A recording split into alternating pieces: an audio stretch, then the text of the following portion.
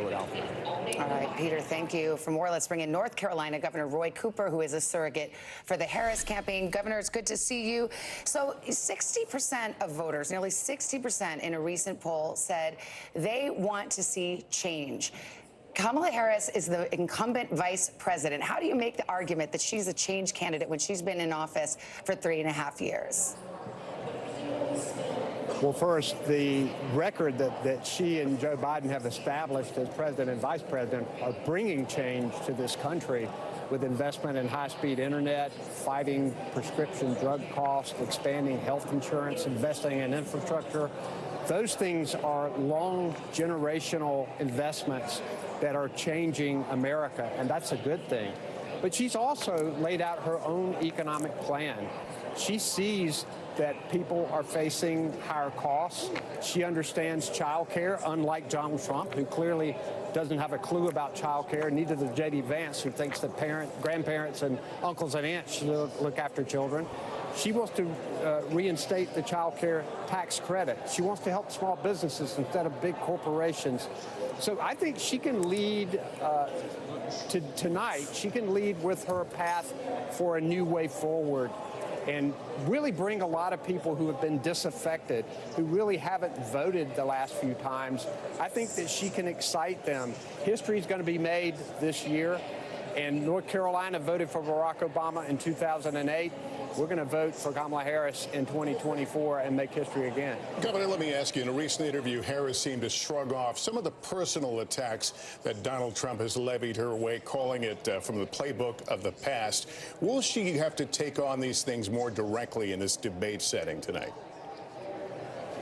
Well, it'll be interesting to see that in the middle of all of his word salads and lies, which we know are coming, whether he hurls insults at her while she's there in person.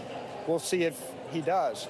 I suspect that she will brush them off pretty quickly and head into making sure she's putting meat on the bones of her policy, telling the country about the direction that she wants to take it, making sure that we shore up the middle class, making sure that the tax breaks go to the middle class and not the billionaire friends of Donald Trump.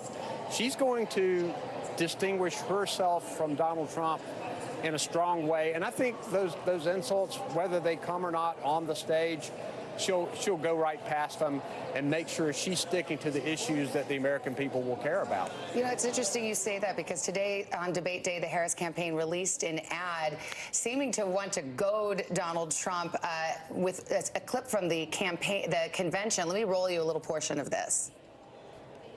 Here's a 78-year-old billionaire who has not stopped whining about his problems. Oh, she had a big crowd. Oh, the crowd. This weird obsession with crowd sizes.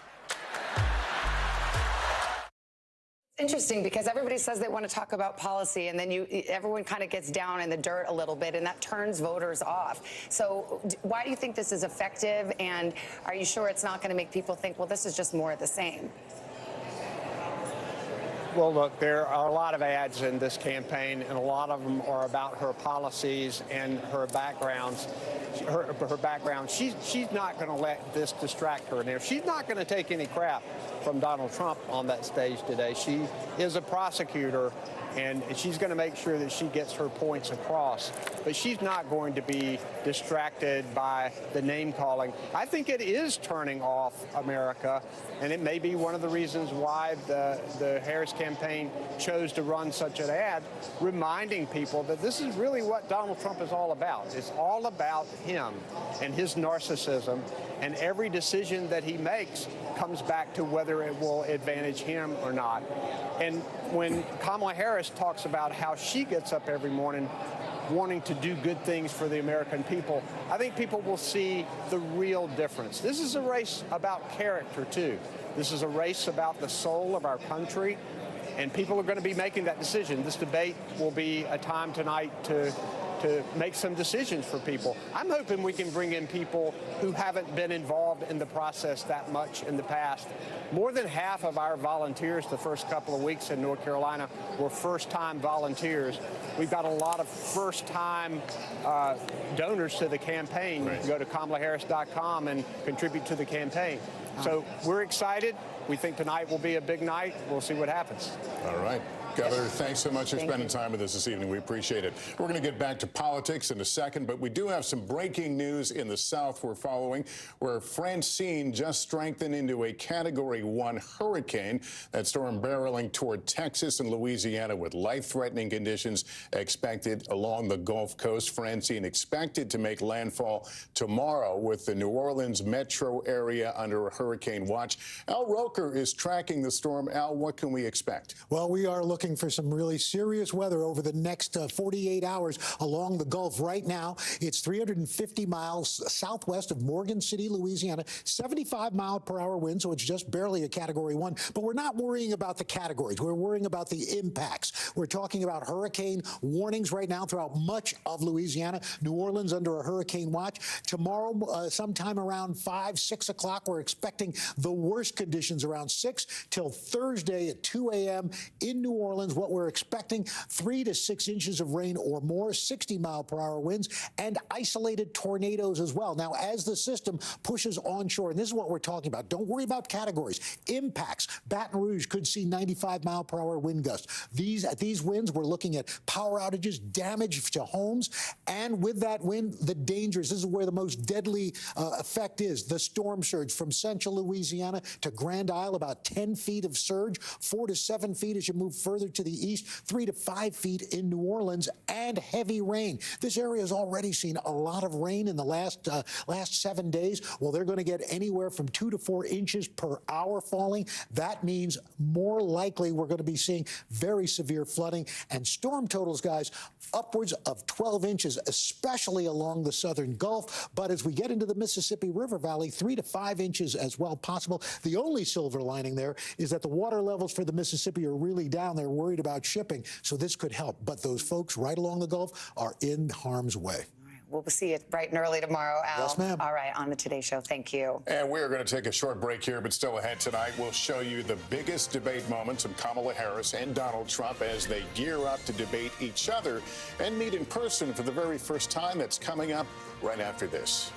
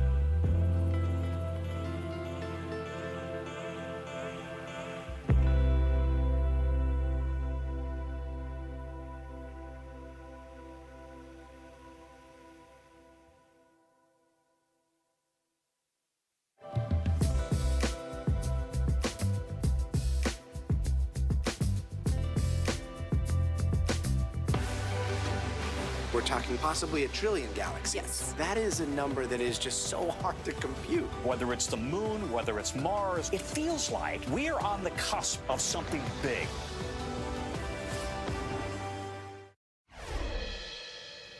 Hi, everybody. Welcome back. This is our special coverage of tonight's presidential debate between Vice President Kamala Harris and former President Donald Trump. We will bring that debate to you live in its entirety once it begins. And a lot has been made of this. This is the first time these two candidates have appeared on the same stage. They have never debated each other before tonight, and they've never even met. So what can we expect?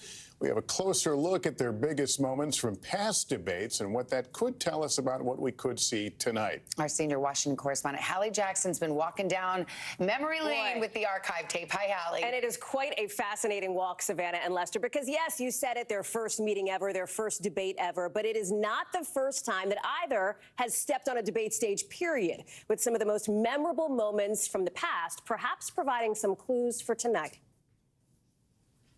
Tonight, the first face-off between two candidates with different prep, different styles, and different experience. For Vice President Harris, her first time stepping into this kind of general election spotlight after memorable moments in primary and VP debates. Mr. Vice President, I'm speaking.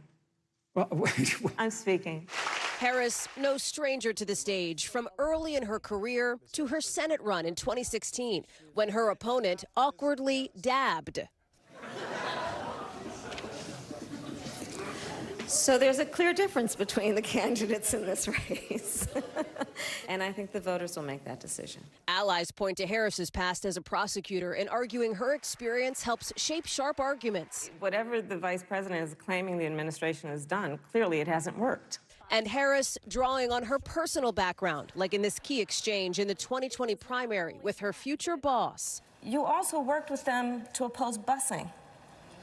And you know, there was a little girl in California who was part of the second class to integrate her public schools. And she was bused to school every day.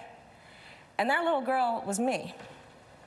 But Harris has had to play defense, too, like in another debate that cycle, accused of hypocrisy for shifting to a more progressive position in a crowded primary. There are too many examples to cite, but she put over 1,500 people in jail for marijuana violations and then laughed about it when she was asked if she ever smoked marijuana. For his part, Mr. Trump has more debate experience as a presidential nominee, 6 in all, most recently in June, a showdown that ultimately ended President Biden's presidential run. We finally beat Medicare. Well, he's right. He did beat Medicare. He beat it to death. Their first ever debate in 2020, notable just as much for what Mr. Trump didn't say when asked if he'd condemn white supremacists. I'm willing to do anything. I want to see peace. Then do it, sir. Say it. Do it. Say it.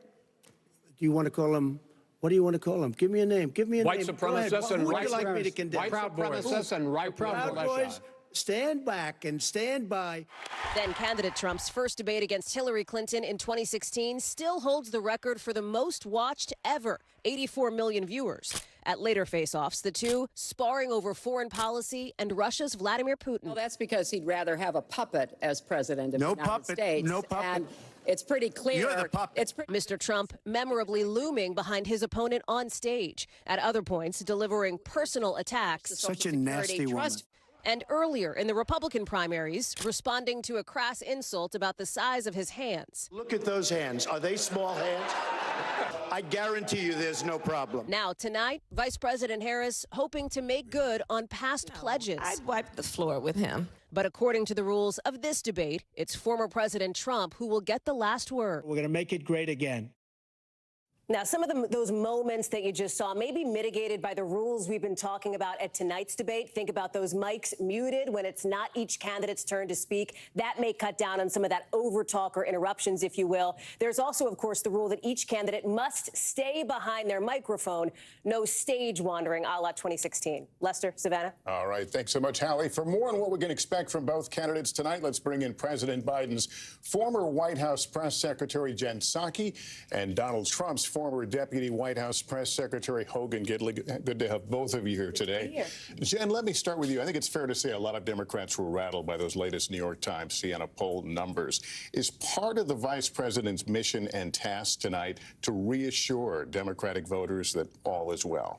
I think it's part of the mission, but the other part of the mission is to think about that 28% in that same poll of people who want more information about her. So what's tricky about this, Lester, if you're the vice president, is a lot of Democrats out there have been waiting for somebody to eviscerate Donald Trump. They might, progressive Democrats and other Democrats who might be rooting for that. That is not the right strategy for the totality of this debate, because that 28% who want more information, who want to know more about her positions, that may not be what they're looking for. Well, she has the most to gain or lose because she has 30% roughly of the electorate that's still curious.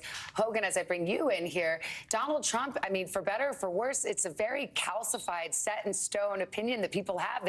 Some love him, love him, love him. Some do not love him, love him, love him. So what is his #1 job tonight? I think what he's going to try and do is make people remember his record while he was president. And then what Kamala Harris is going to try and do is make people forget her record as vice president. People remember they could afford gas and groceries just a few short years ago. There weren't wars breaking out all over the world. We had a rational, sane southern border policy. So he's got to remind people of that. He's got to expose her radical record at the same time, but he needs to stay on message. He needs to focus on what the American people care about every single day and not run rabbits. There's no doubt she's going to have those canned lines ready to go, those contrived stories like she did in the package that you guys just played. Look, she called Joe Biden a racist and a rapist on a debate stage, had merchandise ready to go, but she couldn't parlay that into anything positive for her campaign. She'll do that to Donald Trump tonight. The question becomes, will he follow her down that trail, or will he stick to the points that the American people care about most? And Jen, does the vice president have to have things that she wants to remind the public about in terms of history? Yes, absolutely. I mean, one of the challenges for her is that every candidate wants to be the change candidate, right? You have a former president and a sitting vice president, so they're not the natural change candidates. She has to figure out on this debate stage how she can both embrace part of her record that people may like and also build on it and tell people that she's going to do something different. That is very tricky. Sounds like you're saying she has a higher bar. She does have a higher bar. I think there's higher expectations for her. I will say, I'm not sure that looking in the past, that's not what the public is really looking for. We know that from every election ever. People want a forward-looking plan and vision. So the other part of what she needs to do is tell people exactly what she's going to do. Do you think she's made it unnecessarily hard on herself in this particular moment? Because she hasn't done very much off the cuff, unscripted. She did one interview since being elevated to the top of the ticket. Now it's this night. Does that just ratchet up the stakes when they don't need to be ratcheted up any higher? I actually think the biggest challenge for her is that she's never met him before or interacted with him before. And she is a studious, thorough prepper, which I think is good no matter what political party you're from. That's a good thing. But it also means you have to let go of those briefing books and be in the moment. Donald Trump is not a standard, traditional policy debating candidate. So it requires a different muscle. And I think she's never practiced that muscle before. And that's the piece that I think is going to be challenging. You want to respond? I've got a question for you. Just quickly. It's interesting because you do want to look in the future. There's no doubt about that. The problem with Kamala Harris is every time she starts to say, I promise you I will, on day one I'm going to, Donald Trump can just say, but you're the sitting vice president right now. Either you can't do those things or you won't. Either way, I don't think the American people are going to buy it. You both know him very well. Lara Trump just told us a few moments ago he's going to be calm, cool, and collected. Raise your hand if you think he will be. Like always. Yeah. What are you talking about? He's always calm. Is that the worst thing that could happen to Kamala Harris? If he is calm, cool, and collected, I'm not sure it's the worst thing, but I think she is going to hopefully not take the bait. I think the Clinton advice is good advice to her. Don't take the bait. Try to bait him a little bit. That would be a win for her. All right. Hogan and Jen, thank you very much. Both veterans of the White House. Coming up, we've got Steve Kornacki here to break down where this race stands. Spoiler alert, it's very, very tight, and how tonight's debate could shake things up. We're back right after this.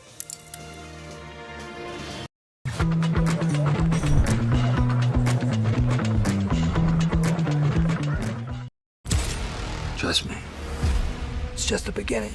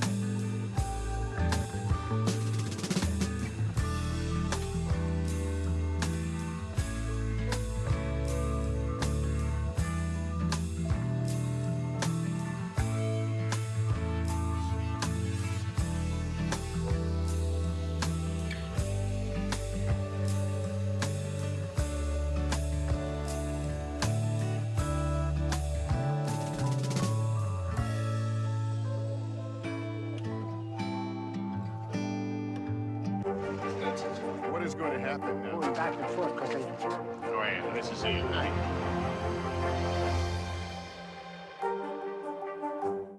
News for the generation of now is NBC News Now. Welcome back to our special coverage of tonight's presidential debate between Vice President Harris and former President Trump.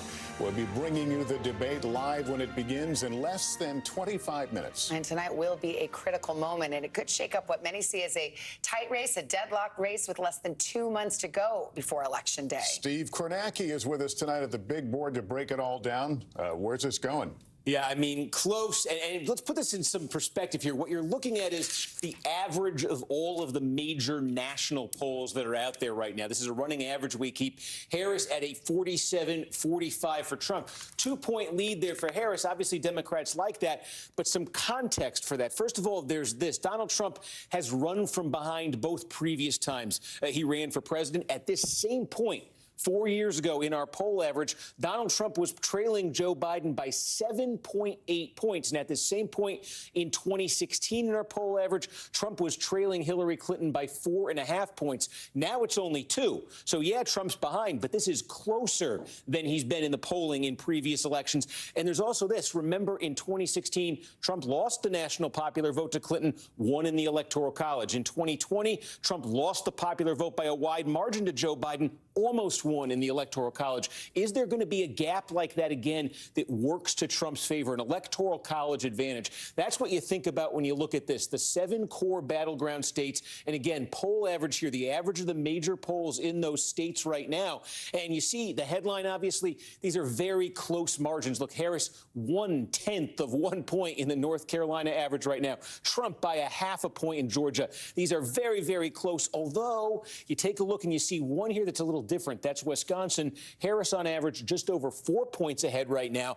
This was, keep in mind, Wisconsin, the source of the single biggest polling miss in 2020. It had Joe Biden well ahead, nearly 10 points on average. He won the state by less than 1 point. The polling here was way off in 2016 as well. There was a pretty big miss in Michigan, too. States with large blue-collar white populations where Trump has run up very big numbers. The polls didn't sufficiently capture that in 16 and 20.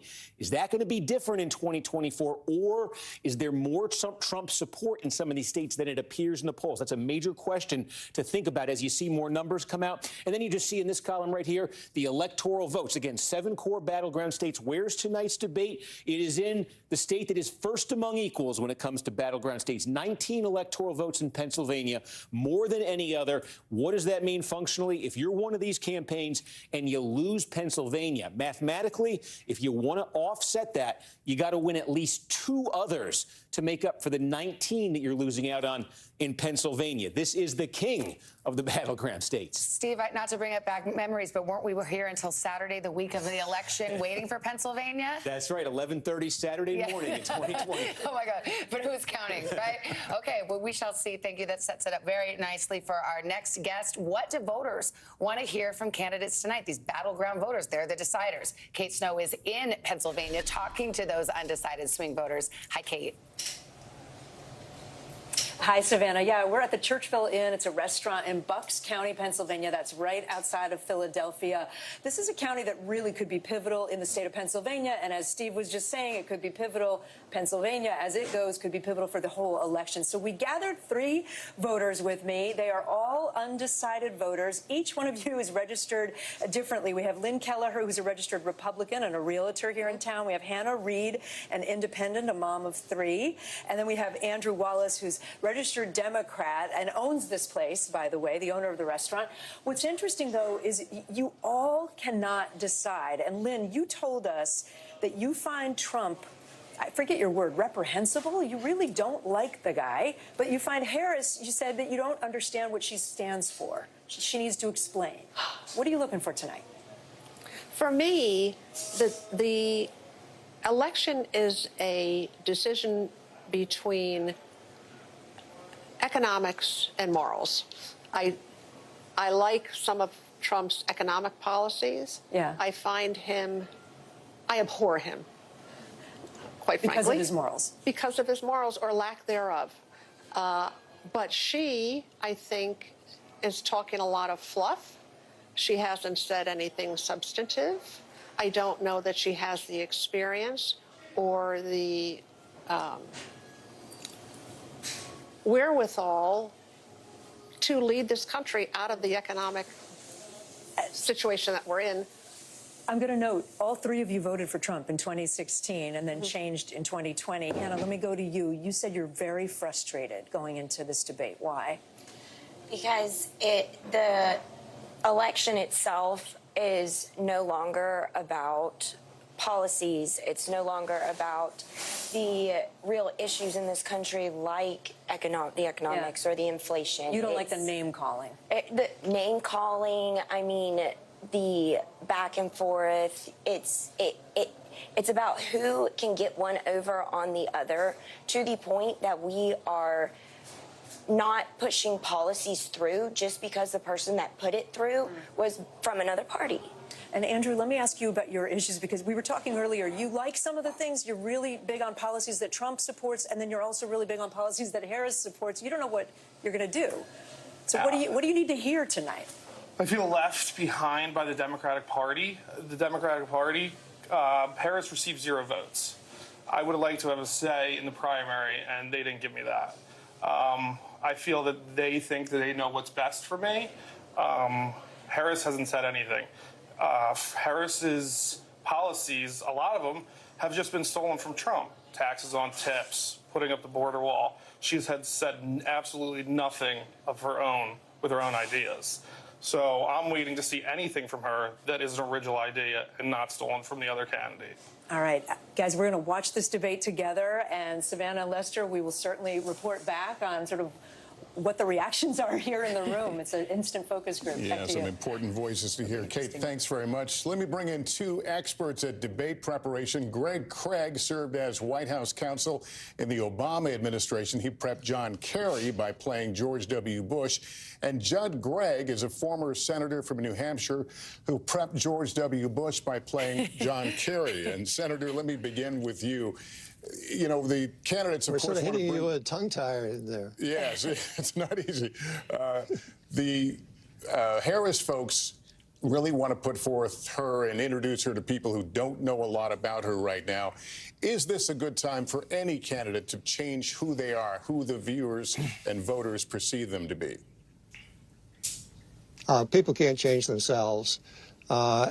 Really, these debates turn on a few things, I think. First is your mannerisms, and especially when you have a split screen. If you'll remember when George Bush the first was in a debate, he looked at his watch, and that affected the campaign significantly. And then Al Gore rolled his eyes and made all sorts of facial disparaging types of movements. And then, of course, in the last debate, it was President Biden just looking like he wasn't there.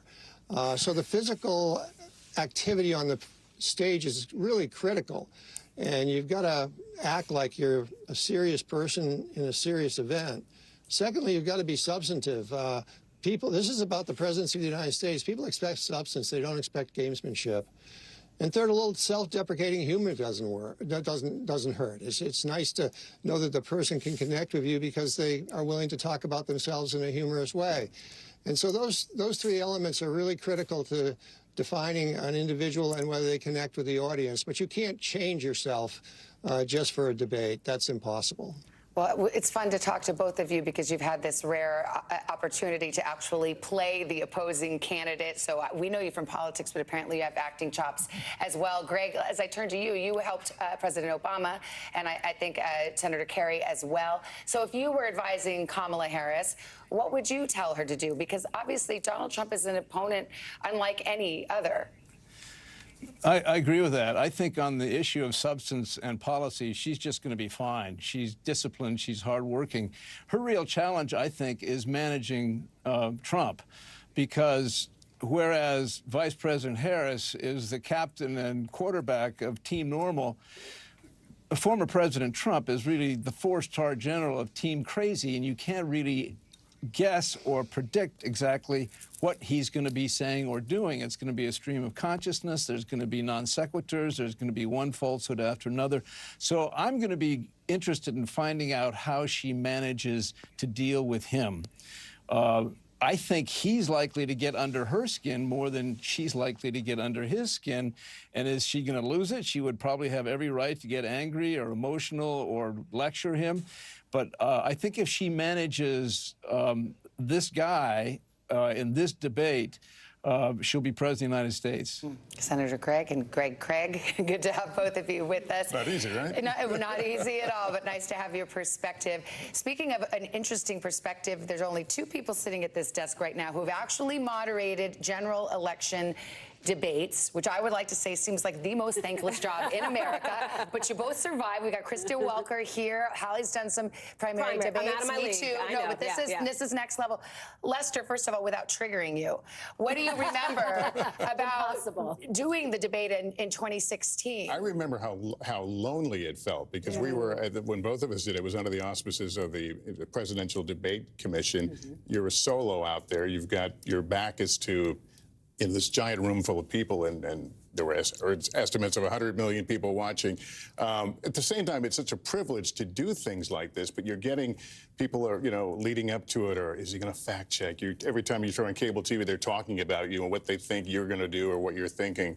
I don't know if Kristen felt the same thing, but I think of David and Lindsay tonight. It's not an easy task. Oh, it's definitely not. And when you talk about feeling lonely, part of that is because there's no one in your ear telling you or giving you editorial backup. Look, I think there's no greater weight than the moments before heading into a general election debate because you are asking questions on behalf of the people who Kate was just interviewing, on behalf of the American people. So you want the questions to be understandable, digestible, not coming from Washington and politics, but from a place of people's dining room tables. And the best thing that you can say about a moderator is that you don't remember who moderated. Well, I was going to say, and since it's over, I can say these can make a career, they can break a career, and a lot of times the criticism is quite harsh for a moderator who does fact check in real time. I can think of a moderator who got in trouble for that, and for moderators who don't. It's sort of darned if you do, darned if you don't. I think the way to deal with that is to ask follow-up questions, make sure you're getting answers to the questions that you ask. It's also a question for the candidates, and there is a question of how much tonight, as we bring it back to what we're going to see in just about 11 minutes from now, is how much will Vice President Harris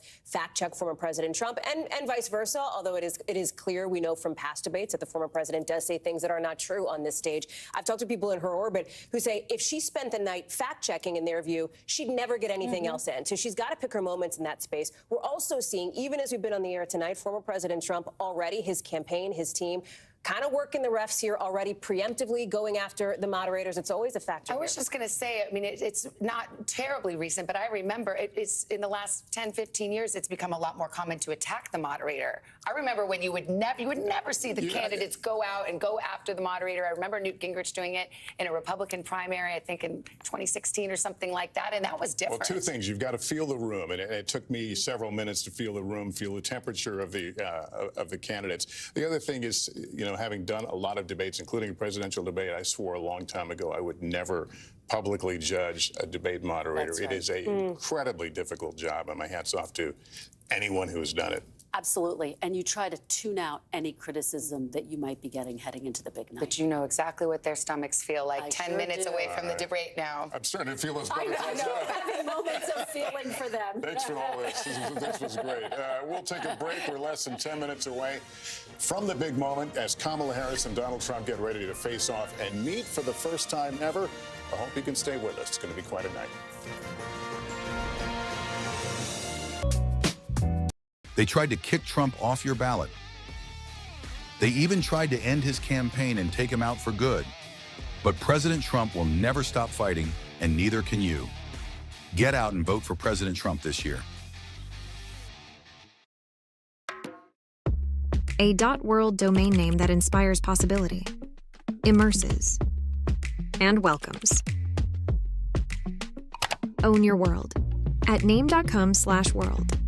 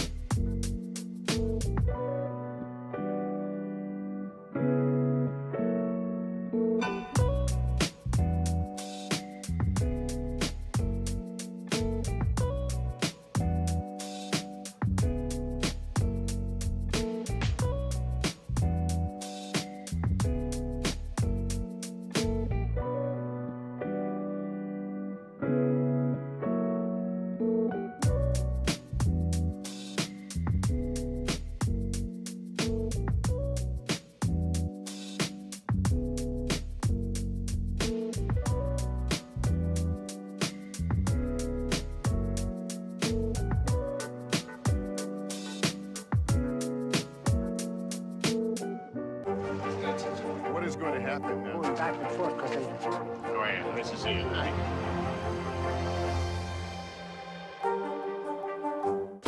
News for the generation of now is NBC News Now. Welcome back to our special coverage of tonight's presidential debate between Vice President Harris and former President Trump. The debate is set to begin just minutes from now. It'll be the first time Harris and Trump meet each other, and it'll be in front of the entire country. Tonight also could have a huge impact on the campaign, less than 2 months out from Election Day, with a tight race nationally and in the critical battleground states. So let's go back to the debate hall in Philadelphia, the spin room. Tom Yamas is there. We're just about 6 minutes away now from the start of this debate, which we will carry in its entirety. Tom, are you starting to feel that buzz of energy? Oh, you do. And guys, I will tell you something I've noticed that is different about this debate. Usually the spin room gets wild and crazy post-debate. What I'm seeing for the first time is pre-debate spin. You've seen surrogates on both sides sort of flank all the reporters, flank all the sets from all the different news organizations and try to get their message out. There was a ton of commotion about 10 minutes ago, and that's because RFK Jr. came into the spin room. Of course, he was the third-party candidate who has since endorsed former President Trump. He was followed by, I'd say dozens of reporters as he walked through the spin room. We're hearing kind of the same things. Both campaigns are disciplined. They are on message. The Harris surrogates are saying the same thing. Former President Trump is the most experienced presidential debater. This will be a 7th debate. And also, they want to go over reproductive rights, that a vote for Trump is a vote that will limit abortion access. And then on the Trump side, of course, they're hammering the issue that Vice President Harris is untested. She's only done one big major interview. She's doing no town halls. And also, they want to hammer home that they want to put the spotlight, and they hope the candidate does, on the issues of immigration, the economy, and the 2 wars overseas. What I'll be looking for, guys, tonight, who can truthfully answer the question that they are the change candidate coming out of this debate.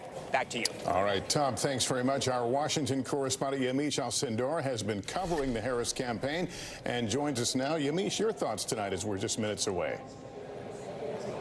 One of the biggest challenges for Vice President Harris, as I've been talking to a lot of sources that are familiar with her debate preparations, are how she's going to differentiate herself from President Biden. Former President Trump is going to try to make her own every single mistake that he believes President Biden made. And there's been a lot of tension among the Harris team about whether or not she should throw President Biden, under the bus figuratively and say, I disagreed with some of the policies, maybe even the withdrawal from Afghanistan, the way that it was carried out, or whether she's going to say, I serve at the pleasure of the president, and I agreed with everything that he did. But she has to, in some ways, really carve out what a Harris administration is going to look like and why it's not going to just be a third term of the Biden administration, or the second term of the Biden administration, rather. And the other thing that she's really going to have to do is not get pulled into personal attacks by former President Trump. They expect him to, at some point, maybe lose it. They're going to try to bait him a bit to try to lash out at her. But she really wants to remain calm, because her biggest thing that she wants to do is really introduce herself to undecided voters and voters who might not be familiar with her background, her middle-class background, that she's a child of immigrants. They really want her team really make sure that she defines herself. So that's also a big challenge that I'll be watching for, how she does that.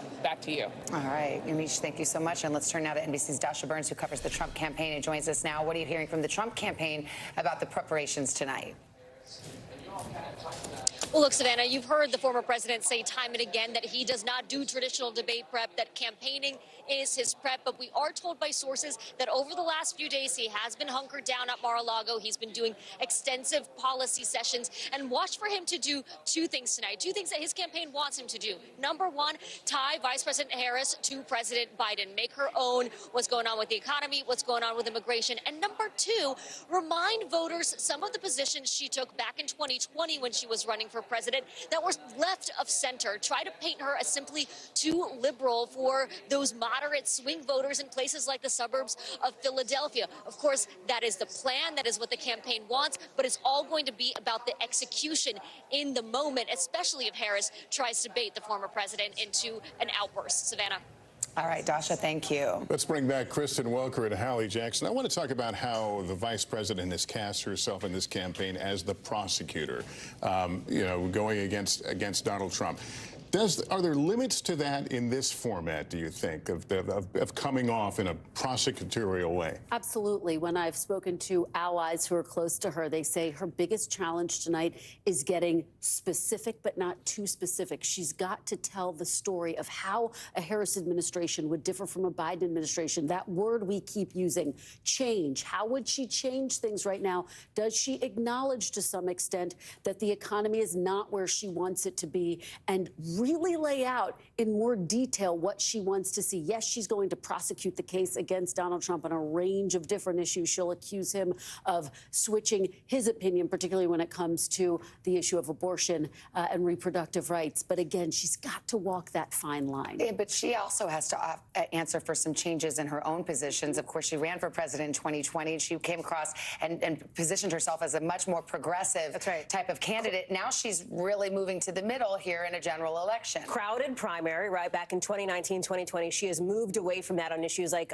for example, mandated gun buybacks for automatic rifles, something that she no longer supports. Fracking, for example, something that she has changed her position on as well. You look at Medicare for All, a position that she's backed away from. Watch for the former president to try to go after some of these issues. And I'll tell you, to bring it back to the voters, that panel with Kate Snow is super interesting. The economy came up again and again. And even though this summer, for the first time, inflation dipped below 3% for the first time since March of 2021, people don't feel great about it right now. So how does Vice President Harris address that moving forward? And let me briefly go there and talk about his physical performance. It's been noted by many that the former president has tended to be more rambling, disjointed in many of his answers at a time that we were focusing on Joe Biden. Is that something that folks will be watching carefully? He's now, of course, the older candidate now. Okay, we will be back with you. It's the top of the hour now, 9 o'clock on the East Coast here in New York and in Philadelphia, the room where it's about to happen. We're just seconds away now from tonight's first and perhaps last presidential debate between Vice President Kamala Harris and former President Donald Trump. As we've noted, this will be the first time these candidates have met in person, and it's happening on a debate stage. Also, the first debate since President Biden left the race over the summer and Harris became the Democratic nominee. A lot has happened in a very compressed period of time. Yes, it has, and we have a few moments until the debate starts. We will join it. ABC News is broadcasting it, but we will simulcast it right here in its entirety. It's taking place at the National Constitution Center in Philadelphia. And like June's debate, there will be no audience tonight. The candidates' microphones will be muted while the other one is talking. Each candidate will get 2 minutes for answers. There will be closing statements, but no opening statements. So we expect them to probably mix it up rather early in this as they stake out their positions and we get a sense of where all this is going. And the mics are muted when the other is talking. So let's take you to Philadelphia now and the first presidential debate of 2024. Good evening. I'm David Muir, and thank you for joining us for tonight's ABC News presidential debate. We want to welcome viewers watching on ABC and around the world tonight.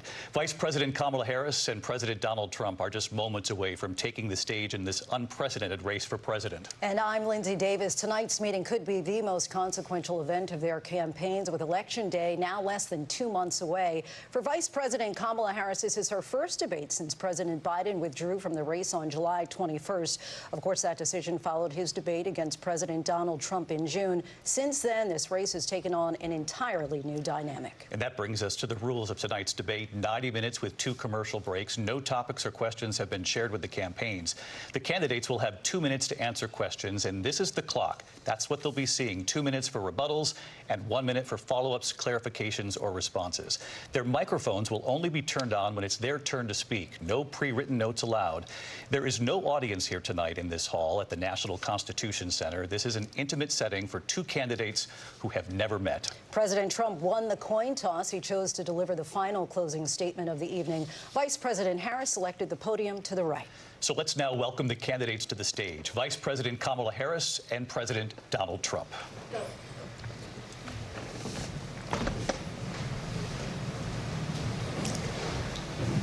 Kamala Harris. Let's have a good debate. Nice to see you. Have fun. Thank you.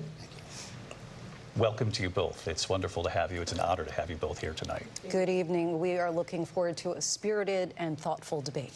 So let's get started. I want to begin tonight with the issue that voters repeatedly say is their #1 issue, and that is the economy and the cost of living in this country. Vice President Harris, you and President Trump were elected 4 years ago, and your opponent on the stage here tonight often asks his supporters, are you better off than you were 4 years ago? When it comes to the economy, do you believe Americans are better off than they were 4 years ago? So I was raised as a middle-class kid. And I am actually the only person on this stage who has a plan that is about lifting up the middle class and working people of America. I believe in the ambition, the aspirations, the dreams of the American people. And that is why I imagine and have actually a plan to build what I call an opportunity economy. Because here's the thing. We know that we have a shortage of homes and housing, and the cost of housing is too expensive for far too many people. We know that young families need support to raise their children, and I intend on extending a tax cut for those families of $6,000, which is the largest child tax credit that we have given in a long time, so that those young families can afford to buy a crib, buy a car seat, buy clothes for their children. My passion, one of them, is small businesses. My mother raised my sister and me, but there was a woman who helped raise us. We call her our second mother. She was a small business owner. I love our small businesses. My plan is to give a $50,000 tax deduction to start up small businesses, knowing they are part of the backbone of America's economy. My opponent, on the other hand, his plan is to do what he has done before, which is to provide a tax cut for billionaires and big corporations, which will result in $5 trillion to America's deficit. My opponent has a plan that I call the Trump's sales tax, which would be a 20% tax on everyday goods that you rely on to get through the month. Economists have said that Trump sales tax would actually result for middle-class families in about $4,000 more a year, because of his policies and his ideas about what should be the backs of middle-class people paying for tax cuts for billionaires. President Trump, I'll give you 2 minutes. First of all, I have no sales tax. That's an incorrect statement. She knows that. We're doing tariffs on other countries. Other countries are going to finally, after 75 years, pay us back for all that we've done for the world. And the tariff will be substantial in some cases. I took in billions and billions of dollars, as you know, from China. In fact, they never took the tariff off because there was so much money they can't. It would totally destroy everything that they've set out to do. They're taking in billions of dollars from China and other places. They've left the tariffs on. When I had it, I had tariffs, and yet I had no inflation.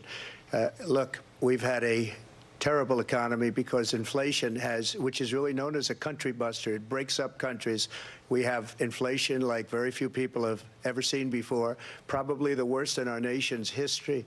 We were at 21%, but that's being generous because many things are 50, 60, 70, and 80% higher than they were just a few years ago. This has been a disaster for people, for the middle class, but for every class. On top of that, we have millions of people pouring into our country from prisons and jails, from mental institutions and insane asylums, and they're coming in and they're taking jobs that are occupied right now by African Americans and Hispanics, and also unions. Unions are going to be affected very soon. And you see what's happening. You see what's happening with towns throughout the United States. You look at Springfield, Ohio. You look at Aurora in Colorado. They are taking over the towns. They're taking over buildings. They're going in violently.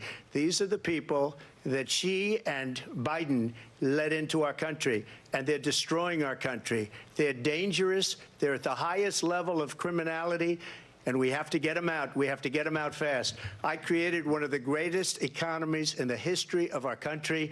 I'll do it again, and even better. We are going to get to immigration and border security during this debate, but I would like to let Vice President Harris respond on the economy here. Well, I would love to. Let's talk about what Donald Trump left us. Donald Trump left us the worst unemployment since the Great Depression. Donald Trump left us the worst public health epidemic in a century. Donald Trump left us the worst attack on our democracy since the Civil War. And what we have done is clean up Donald Trump's mess What we have done and what I intend to do is build on what we know are the aspirations and the hopes of the American people. But I'm going to tell you all, in this debate tonight, you're going to hear from the same old tired playbook, a bunch of lies, grievances, and name-calling. What you're going to hear tonight is a detailed and dangerous plan called Project 2025 that the former president intends on implementing if he were elected again. I believe very strongly that the American people want a president who understands the importance of bringing us together, knowing we have so much more in common than what separates us. And I pledge to you to be a president for all Americans. President Trump will give you a minute here to respond. Number one, I have nothing to do, as you know, and as she knows better than anyone, I have nothing to do with Project 2025.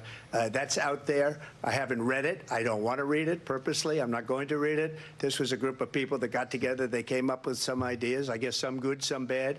But it makes no difference. I have nothing to do. Everybody knows I'm an open book. Everybody knows what I'm going to do. Cut taxes very substantially and create a great economy like I did before. We had the greatest economy. We got hit with a pandemic. And the pandemic was not since 1917, where 100 million people died, has there been anything like it. We did a phenomenal job with the pandemic. We handed them over a country where the economy and where the stock market was higher than it was before the pandemic came in. Nobody's ever seen anything like it. We made ventilators for the entire world. We got gowns, we got masks, we did things that nobody thought possible.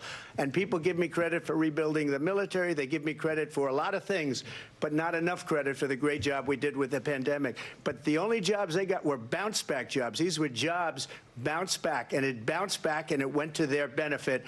But I was the one that created them. They know it, and so does everybody else. Vice President Harris, I'll let you respond. So Donald Trump has no plan for you.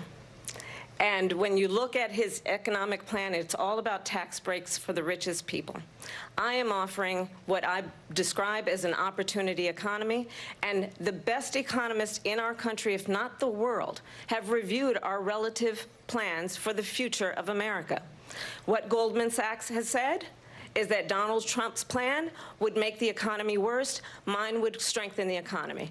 What the Wharton School has said is Donald Trump's plan would actually explode the deficit. 16 Nobel laureates have described his economic plan as something that would increase inflation and by the middle of next year would invite a recession. You just have to look at where we are and where we stand on the issues. And I'd invite you to know that Donald Trump actually has no plan for you because he is more interested in defending himself than he is in looking out for you. That's just a soundbite. They gave her that to say. Look, I went to the Wharton School of Finance, and many of those professors, the top professors, think my plan is a brilliant plan. It's a great plan. It's a plan that's going to bring up our worth, our value as a country. It's going to make people want to be able to go and work and create jobs and create a lot of good, solid money for our country. And just to finish off, she doesn't have a plan. She copied Biden's plan, and it's like 4 sentences, like run, spot, run. 4 sentences that are just, oh, we'll try and lower taxes.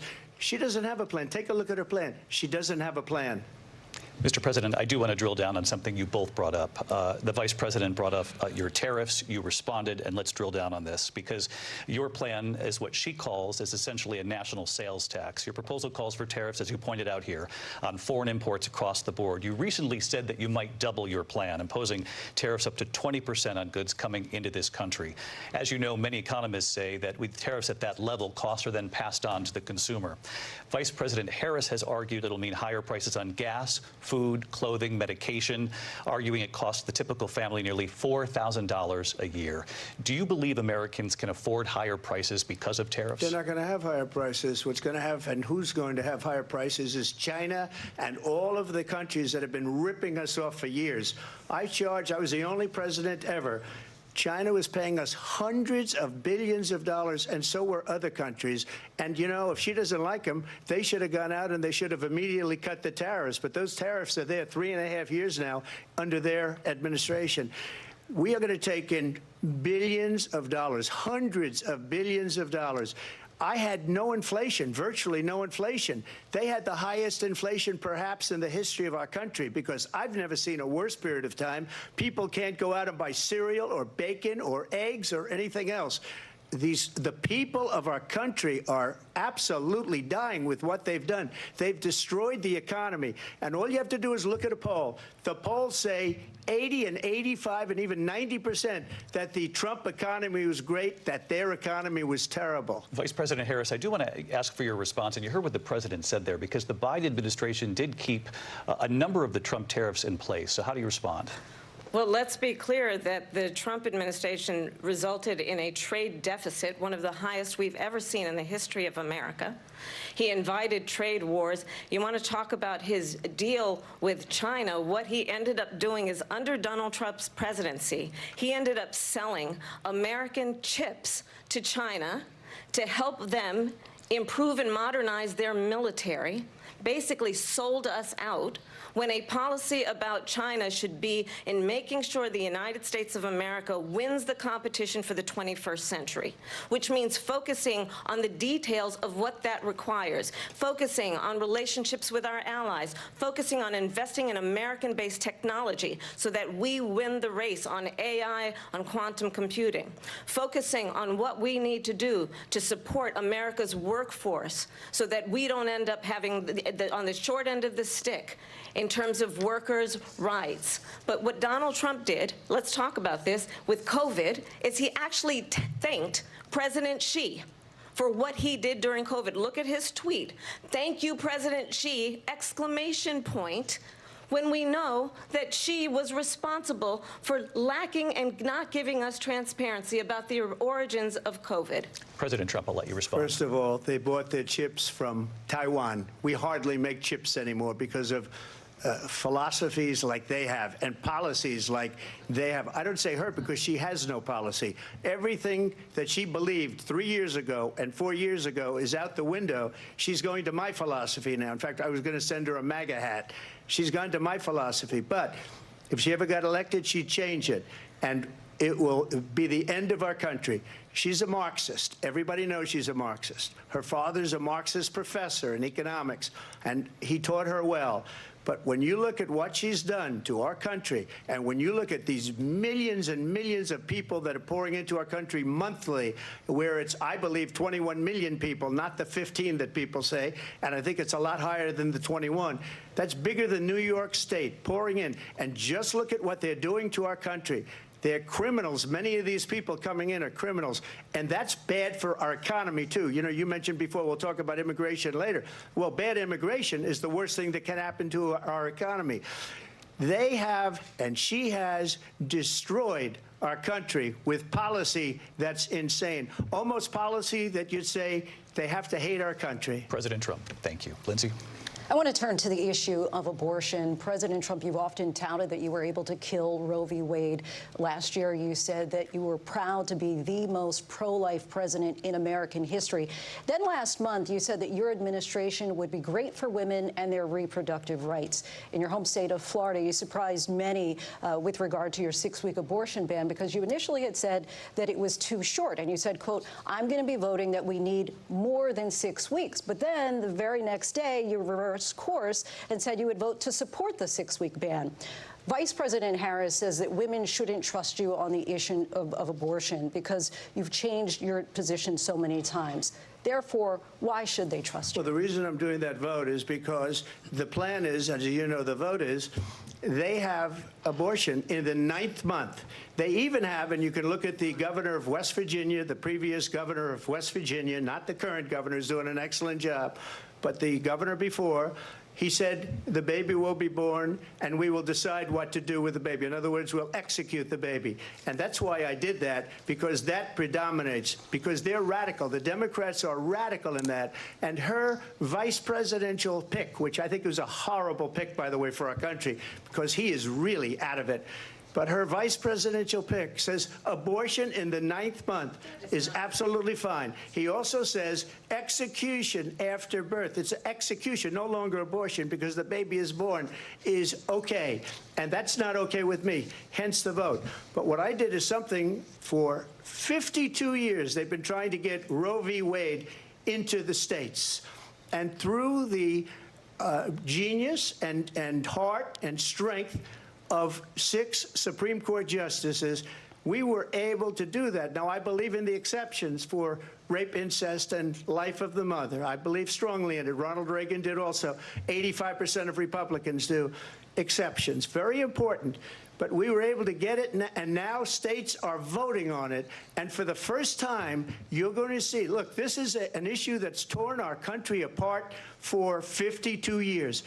Every legal scholar, every Democrat, every Republican, liberal, conservative, they all wanted this issue to be brought back to the states where the people could vote. And that's what happened. Now, Ohio, the vote was somewhat liberal. Kansas, the vote was somewhat liberal, much more liberal than people would have thought. But each individual state is voting. It's the vote of the people now. It's not tied up in the federal government. I did a great service in doing it. It took courage to do it. And the Supreme Court had great courage in doing it. And I give tremendous credit to those 6 justices. There is no state in this country where it is legal to kill a baby after it's born. Madam Vice President, I want to get your response to President Trump. Well, as I said, you're going to hear a bunch of lies, and that's not actually a surprising fact. Let's understand how we got here. Donald Trump hand-selected 3 members of the United States Supreme Court with the intention that they would undo the protections of Roe v. Wade. And they did exactly as he intended. And now in over 20 states, there are Trump abortion bans, which make it criminal for a doctor or nurse to provide health care. In one state, it provides prison for life. Trump abortion bans that make no exception even for rape and incest, which understand what that means. A survivor of a crime of violation to their body does not have the right to make a decision about what happens to their body next. That is immoral. And one does not have to abandon their faith or deeply held beliefs to agree. The government, and Donald Trump certainly, should not be telling a woman what to do with her body. I have talked with women around our country. You want to talk about this is what people wanted? Pregnant women who want to carry a pregnancy to term, suffering from a miscarriage, being denied care in an emergency room because the healthcare providers are afraid they might go to jail, and she's bleeding out in a car in the parking lot. She didn't want that. Her husband didn't want that. A 12 or 13-year-old survivor of incest being forced to carry a pregnancy to term, they don't want that. And I pledge to you, when Congress passes a bill to put back in place the protections of Roe v. Wade, as President of the United States, I will proudly sign it into law. But understand, if Donald Trump were to be reelected, he will sign a national abortion ban. Understand, in his Project 2025, there would be a national abortion, a monitor that would be monitoring your pregnancies, your miscarriages. I think the American people believe that certain freedoms, in particular the freedom to make decisions about one's own body, should not be made by the government. Thank you, Vice President Harris. Well, there she goes again. It's a lie. I'm not signing a ban, and there's no reason to sign a ban, because we've gotten what everybody wanted. Democrats, Republicans, and everybody else, and every legal scholar wanted it to be brought back into the states, and the states are voting. And it may take a little time, but for 52 years, this issue has torn our country apart, and they've wanted it back in the states. And I did something that nobody thought was possible. The states are now voting. What she says is an absolute lie. And as far as the abortion ban, no, I'm not in favor of abortion ban, but it doesn't matter, because this issue has now been taken over by the states. Would you veto a national abortion ban if it came to your desk? Well, I won't have to, because, again, 2 things. Number one, she said she'll go back to Congress. She'll never get the vote. It's impossible for her to get the vote, especially now with the 50-50, essentially 50-50 in both Senate and the House. She's not going to get the vote. She can't get the vote. She won't even come close to it. So it's just talk. You know what it reminds me of? When they said they're going to get student loans terminated, and it ended up being a total catastrophe. The student loans, and then her, I think probably her boss, if you call him a boss, he spends all his time on the beach. But look, her boss went out and said, we'll do it again. We'll do it a different way. And he went out, got rejected again by the Supreme Court. So all these students got taunted with this whole thing about this whole idea, and how unfair that would have been, part of the reason they lost, to the millions and millions of people that had to pay off their student loans. They didn't get it for free. But they were saying it's the same way that they talked about that they talk about abortion. But if I could just get a yes or no, because your running mate, J.D. Vance, has said that you would veto if it did come to your desk. Well, I didn't discuss it with J.D. In all fairness, J.D., and I don't mind if he has a certain view, but I think he was speaking for me, but I really didn't. Look, we don't have to discuss it because she'd never be able to get it, just like she couldn't get student loans. They couldn't get student loans. They didn't even come close to getting student loans. They taunted young people and a lot of other people that had loans. They can never get this approved. So it doesn't matter what she says about going to Congress. Well, wonderful. Let's go to Congress. Do it. But the fact is that for years they wanted to get it out of Congress and out of the federal government, and we did something that everybody said couldn't be done. And now you have a vote of the people on abortion. Vice President Harris, I want to give you your time to respond, but I do want to ask, would you support any restrictions on a woman's right to an abortion? I absolutely support reinstating the protections of Roe v. Wade, and as you rightly mentioned, nowhere in America is a woman carrying a pregnancy to term and asking for an abortion. That is not happening. It's insulting to the women of America. And understand what has been happening under Donald Trump's abortion bans. Couples who pray and dream of having a family are being denied IVF treatments. What is happening in our country? Working people, working women who are working 1 or 2 jobs, who can barely afford childcare as it is, have to travel to another state to get on a plane sitting next to strangers to go and get the health care she needs. Barely can afford to do it, and what you are putting her through is unconscionable. And the people of America have not, the majority of Americans believe in a woman's right to make decisions about her own body, and that is why in every state where this issue has been on the ballot, in red and blue states both, the people of America have voted for freedom. Vice President Harris, excuse me, I have to respond. Another lie. It's another lie. I have been a leader on IVF, which is fertilization. The IVF, I have been a leader. In fact, when they got a very negative decision on IVF from the Alabama courts, I saw the people of Alabama and the legislature 2 days later voted it in. I've been a leader on it. They know that, and everybody else knows it. I have been a leader on fertilization, IVF. And the other thing, you should ask, will she allow abortion in the 8th month, 9th month, 7th month? Come on. Okay, would you do that? Why don't you ask her that question? Why don't you answer That's the problem. question? Would you because veto? Under Roe v. Answer Wade, the question, would you veto? you could do abortions in the 7th month, the 8th month, the 9th That's month, not true. and probably after birth. Just look at the governor, former governor of Virginia. The governor of Virginia said we put the baby aside and then we determine what we want to do with the baby. President Trump, thank you. We're going to turn now to immigration and border security. We know it's an issue that's important to Republicans, Democrats, voters across the board in this country. Vice President Harris, you were tasked by President Biden with getting to the root causes of migration from Central America. We know that illegal border crossings reached a record high in the Biden administration. This past June, President Biden imposed tough new asylum restrictions. We know the numbers since then have dropped significantly. But my question to you tonight is, why did the administration wait until 6 months before the election to act?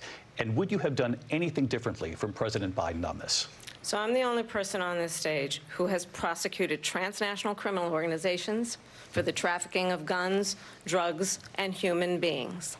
And let me say that the United States Congress, including some of the most conservative members of the United States Senate, came up with a border security bill which I supported. And that bill would have put 1,500 more border agents on the border to help those folks who are working there right now overtime trying to do their job.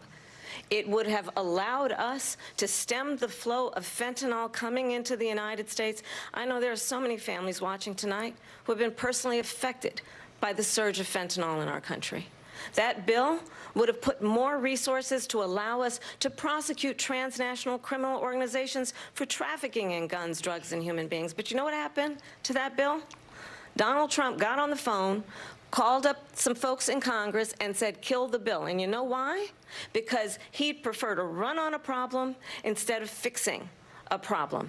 And understand, this comes at a time where the people of our country actually need a leader who engages in solutions, who actually addresses the problems at hand. But what we have in the former president is someone who would prefer to run on a problem instead of fixing a problem. And I'll tell you something, he's going to talk about immigration a lot tonight, even when it's not the subject that is being raised.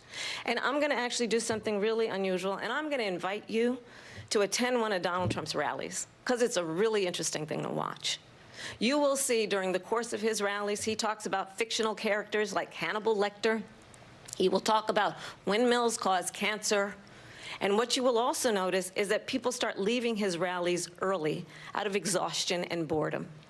And I will tell you, the one thing you will not hear him talk about is you. You will not hear him talk about your needs, your dreams, and your desires. And I'll tell you, I believe you deserve a president who actually puts you first, and I pledge to you that I will. Vice President Harris, thank you. President Trump, on that point, I want to get your response. Well, I would like to respond. Let me just ask, though, why did you try to kill that bill, and successfully so? That would have put thousands of additional agents and officers on the border. First, let me respond as to the rallies. She said people start leaving. People don't go to her rallies. There's no reason to go. And the people that do go, she's bussing them in and paying them to be there, and then showing them in a different light. So she can't talk about that. People don't leave my rallies. We have the biggest rallies, the most incredible rallies in the history of politics. That's because people want to take their country back. Our country is being lost. We're a failing nation. And it happened 3.5 years ago.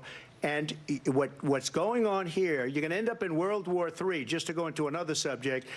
What they have done to our country by allowing these millions and millions of people to come into our country, and look at what's happening to the towns all over the United States. And a lot of towns don't want to talk. It's not going to be Aurora or Springfield. A lot of towns don't want to talk about it because they're so embarrassed by it. In Springfield, they're eating the dogs, the people that came in. They're eating the cats. They're eating the pets of the people that live there. And this is what's happening in our country, and it's a shame. As far as the rallies are concerned, as far as the reason they go is they like what I say. They want to bring our country back. They want to make America great again. It's a very simple phrase, make America great again. She's destroying this country, and if she becomes president, this country doesn't have a chance of success. Not only success, we'll end up being Venezuela on steroids. I just want to clarify here. You bring up Springfield, Ohio, and ABC News did reach out to the city manager there. He told us there have been no credible reports of specific claims of pets being harmed, injured, or abused by individuals within the immigrant community. Well, I've seen people on television. Let me just say here, this is the people on television say my dog was taken and used for food. So maybe he said that, and maybe that's a good thing to say for a city manager. I'm not taking this from television. But the people I'm on taking it from television the city saying manager. their dog was eaten by the people that went there. Again, the Springfield city manager says there's no evidence of that. Vice President Harris, I'll let you respond to the rest of what you've heard. You talk about extreme. You know, this is, I think, one of the reasons why in this election I actually have the endorsement of 200 Republicans who have formerly worked with President Bush, Mitt Romney, and John McCain, including the endorsement of former Vice President Dick Cheney and Congress member Liz Cheney. And if you want to really know the inside track on who the former president is, if he didn't make it clear already, just ask people who have worked with him. His former chief of staff, a 4-star general, has said he has contempt for the Constitution of the United States. His former national security advisor has said he is dangerous and unfit. His former Secretary of Defense has said the nation, the Republic, would never survive another Trump term. And when we listen to this kind of rhetoric, when the issues that affect the American people are not being addressed, I think the choice is clear in this election. President Trump, I'll give you a quick minute to respond here. Thank you, because when I hear that, see, I'm a different kind of a person. I fired most of those people. Not so graciously. They did bad things or a bad job, I fired them. They never fired one person. They didn't fire anybody having to do with Afghanistan and the Taliban and the 13 people who's were just killed, viciously and violently killed. And I got to know the parents and the family. They didn't fire. They should have fired all those generals, all those top people, because that was one of the most incompetently handled situations anybody has ever seen. So when somebody does a bad job, I fire him. And you take a guy like Esper. He was no good. I fired him. So he writes a book. Another one writes a book. Because with me, they can write books. With nobody else can they. But they have done such a poor job, and they never fire anybody. Look at the economy. Look at the inflation. They didn't fire any of their economists. They have the same people. That's a good way not to have books written about you. But just to finish, I got more votes than any Republican in history by far. In fact, I got more votes than any president, sitting president, in history by far. Let me continue on immigration. It was what you wanted to talk about earlier, so let's get back to your deportation proposal that the vice president has reacted to as well. President Trump, you call this the largest domestic deportation operation in the history of our country. You say you would use the National Guard. You say if things get out of control, you'd have no problem using the U.S. military. Police, yes. You also said you would use local police. How would you deport 11 million undocumented immigrants? I know you believe that number is much higher. Take us through this. What does this look like? Will authorities be going door to door in this country? Yeah, it is much higher because of them. They allowed criminals, many millions of criminals. They allowed terrorists. They allowed common street criminals. They allowed people to come in, drug dealers, to come into our country. And they're now in the United States and told by their countries like Venezuela, don't ever come back or we're going to kill you. Do you know that crime in Venezuela and crime in countries all over the world is way down? You know why? Because they've taken their criminals off the street and they've given them to her to put into our country.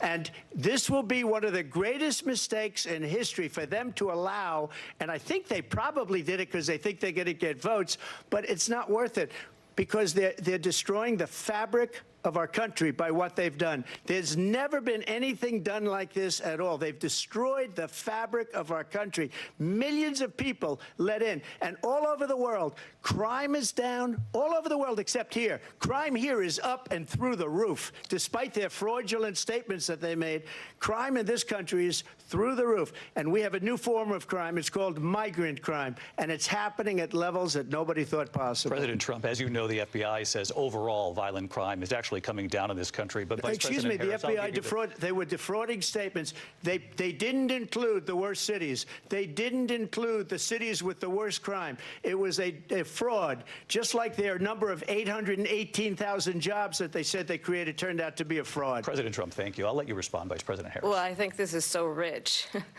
coming from someone who has been prosecuted for national security crimes, economic crimes, election interference, has been found liable for sexual assault, and his next big court appearance is in November at his own criminal sentencing.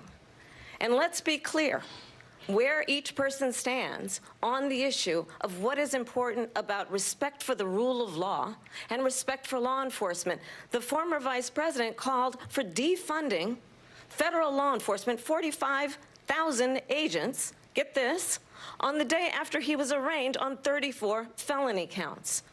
So let's talk about what is important in this race. It is important that we move forward, that we turn the page on this same old tired rhetoric and address the needs of the American people, address what we need to do about the housing shortage, which I have a plan for, address what we must do to support our small businesses, address bringing down the price of groceries. But frankly, the American people are exhausted with this same old tired playbook. Vice President Harris, thank you. Excuse me. Every one of those cases was started by them against their political opponent. And I'm winning most of them, and I will win the rest on appeal. And you saw that with the decision that came down just recently from the Supreme Court. I'm winning most of them. But those are cases, it's called weaponization. Never happened in this country. They weaponized the Justice Department. Every one of those cases was involved with the DOJ, from Atlanta and Fani Willis to the Attorney General of New York and the DA in New York, every one of those cases, and then they say, oh, he's a criminal. They're the ones that made them go after me. By the way, Joe Biden was found essentially guilty on the documents case. And what happened in my documents case? They said, oh, that's the toughest of them all. A complete and total victory. 2 months ago, it was thrown out. It's weaponization, and they used it, and it's never happened in this country. They used it to try and win an election. They're fake cases. President Trump, thank you. A really quick response here, Vice President Harris, on this notion of weaponization of the Justice Department. Well, let's talk about extreme and understand the context in which this election in 2024 is taking place. The United States Supreme Court recently ruled that the former president would essentially be immune from any misconduct if he were to enter the White House again. Understand, this is someone who has openly said he would terminate, I'm quoting, terminate the Constitution of the United States, that he would weaponize the Department of Justice against his political enemies. Someone who has openly expressed disdain for members of our military. Understand what it would mean if Donald Trump were back in the White House with no guardrails, because certainly we know now the court won't stop him. We know J.D. Vance is not going to stop him. It's up to the American people Vice President to stop Harris, him. Thank you. Lindsay? Vice President Harris, in your last run for president. Weaponized, please. This is the one that weaponized, not me. She weaponized. I probably took a bullet to the head because of the things that they say about me. They talk about democracy. I'm a threat to democracy. They're the threat to democracy with a fake Russia investigation We do have a lot that went nowhere. We have a lot to get to. Lindsay? Vice President Harris, in your last run for president, you said you wanted to ban fracking. Now you don't. You wanted mandatory government buyback programs for assault weapons. Now your campaign says you don't. You supported decriminalizing border crossings. Now you're taking a harder line. I know you say that your values have not changed. So then why have so many of your policy positions changed? So my values have not changed, and I'm going to discuss every one of at least every point that you've made. But in particular, let's talk about fracking, because we're here in Pennsylvania. I made that very clear in 2020. I will not ban fracking. I have not banned fracking as Vice President of the United States, and in fact, I was the tie-breaking vote on the Inflation Reduction Act, which opened new leases for fracking. My position is that we have got to invest in diverse sources of energy so we reduce our reliance on foreign oil. We have had the largest increase in domestic oil production in history because of an approach that recognizes that we cannot over-rely on foreign oil. As it relates to my values, let me tell you, I grew up a middle-class kid raised by a hardworking mother who worked and saved and was able to buy our first home when I was a teenager. The values I bring to the importance of home ownership, knowing not everybody got handed $400 million on a silver platter and then filed bankruptcy 6 times, is a value that I bring to my work to say we are going to work with the private sector and home builders to increase 3 million homes, increase by 3 million homes by the end of my first term. My work that is related to having a friend when I was in high school who was sexually assaulted by her stepfather. And my focus then on protecting women and children from violent crime is based on a value that is deeply grounded in the importance of standing up for those who are most vulnerable. My work that is about protecting Social Security and Medicare is based on long-standing work that I have done. Protecting seniors from abuse have not changed. And what is important is that there is a president who actually brings values and a perspective that is about lifting people up and not beating people down. And name-calling. The true measure of the leader is the leader who actually understands the strength is not in beating people down, it's in lifting people up. I intend to be that president. President Trump, your response? First of all, I wasn't given $400 million. I wish I was. My father was a Brooklyn builder, Brooklyn, Queens, and a great father, and I learned a lot from him. But I was given a fraction of that, a tiny fraction, and I built it into many, many billions of dollars, many, many billions. And when people see it, they are even surprised. So we don't have to talk about that. Fracking, she's been against it for 12 years.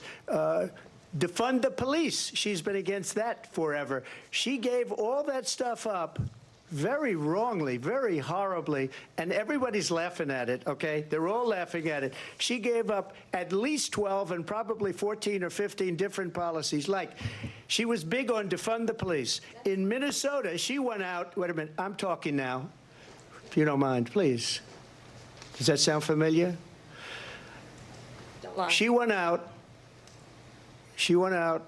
in Minnesota and wanted to let criminals that killed people, that burned down Minneapolis, she went out and raised money to get them out of jail. She did things that nobody would ever think of. Now she wants to do transgender operations on illegal aliens that are in prison. This is a radical left liberal that would do this. She wants to confiscate your guns, and she will never allow fracking in Pennsylvania. If she won the election, fracking in Pennsylvania will end on day one. Just to finish, one thing so important in my opinion. So I got the oil business going like nobody has ever done before.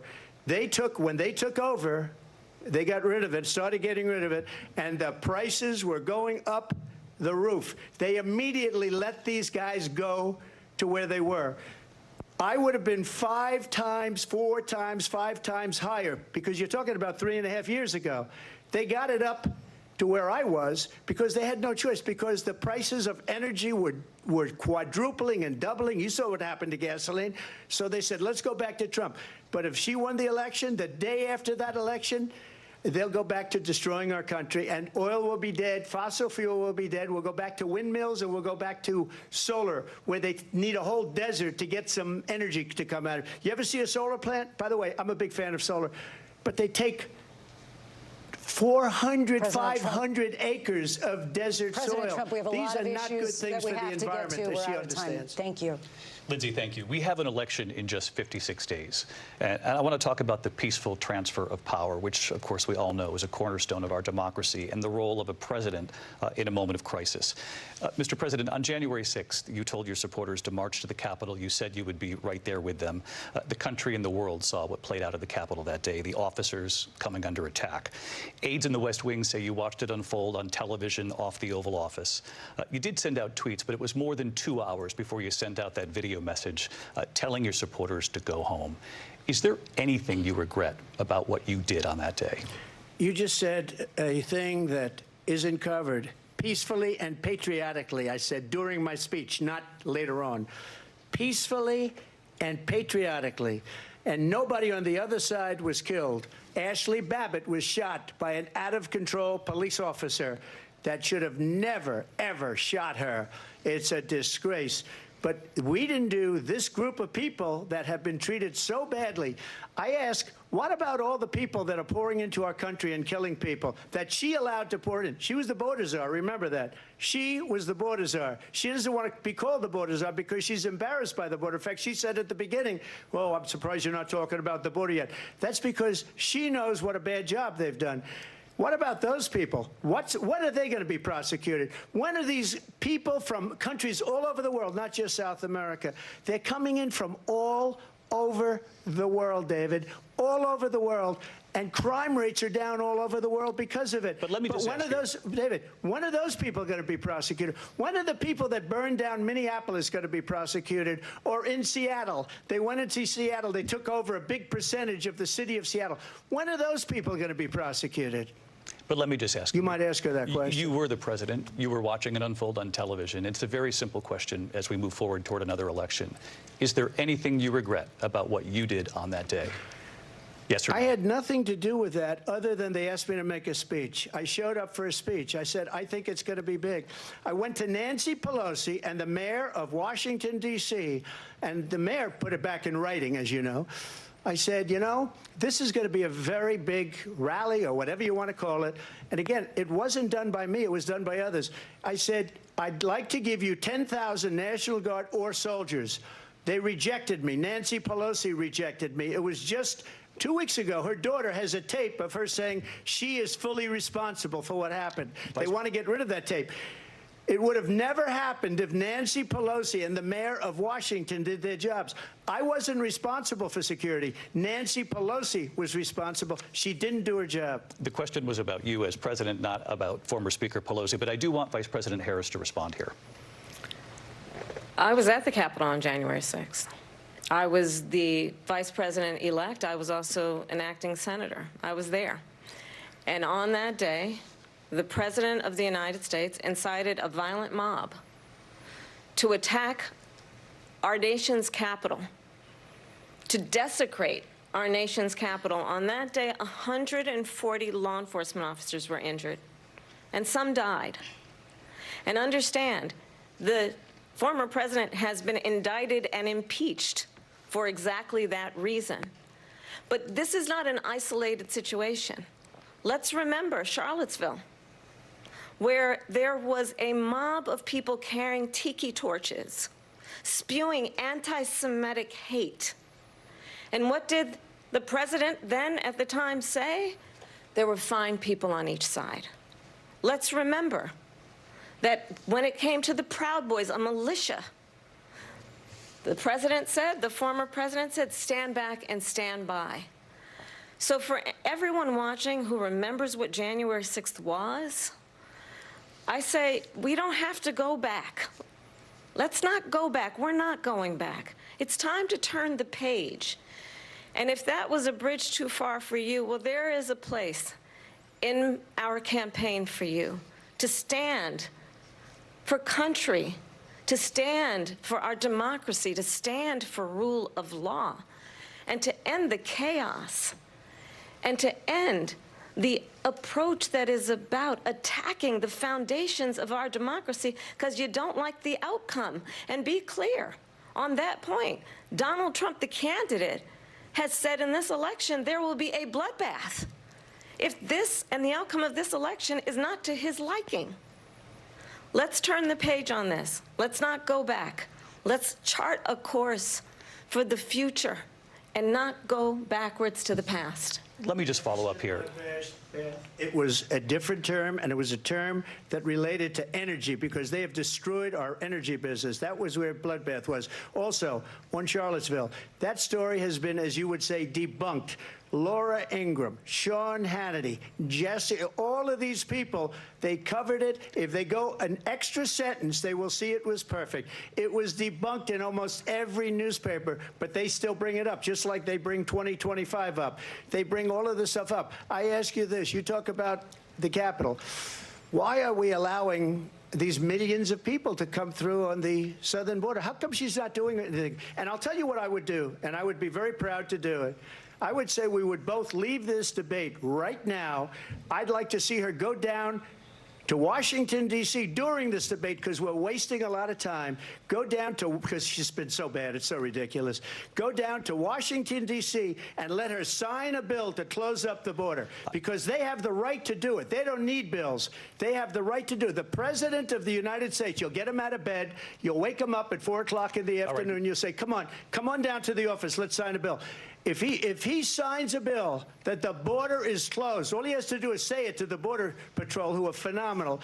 If they do that, the border is closed. Mr. Those President, people are killing many people, unlike J6. We talked immigration here tonight. I do want to focus on this next issue to both of you because it really brings us this into focus, truth in these times that we're living in. Mr. President, for 3.5 years after you lost the 2020 election, you repeatedly falsely claimed that you won, many times saying you won in a landslide. In the past couple of weeks leading up to this debate, you have said, quote, you lost by a whisker, that you, quote, didn't quite make it, that you came up a little bit short. I said that? Are you now acknowledging that you lost in 2020? No, I don't acknowledge that at all. I said that sarcastically. You know that. It was said, oh, we lost by a whisker. That was said sarcastically.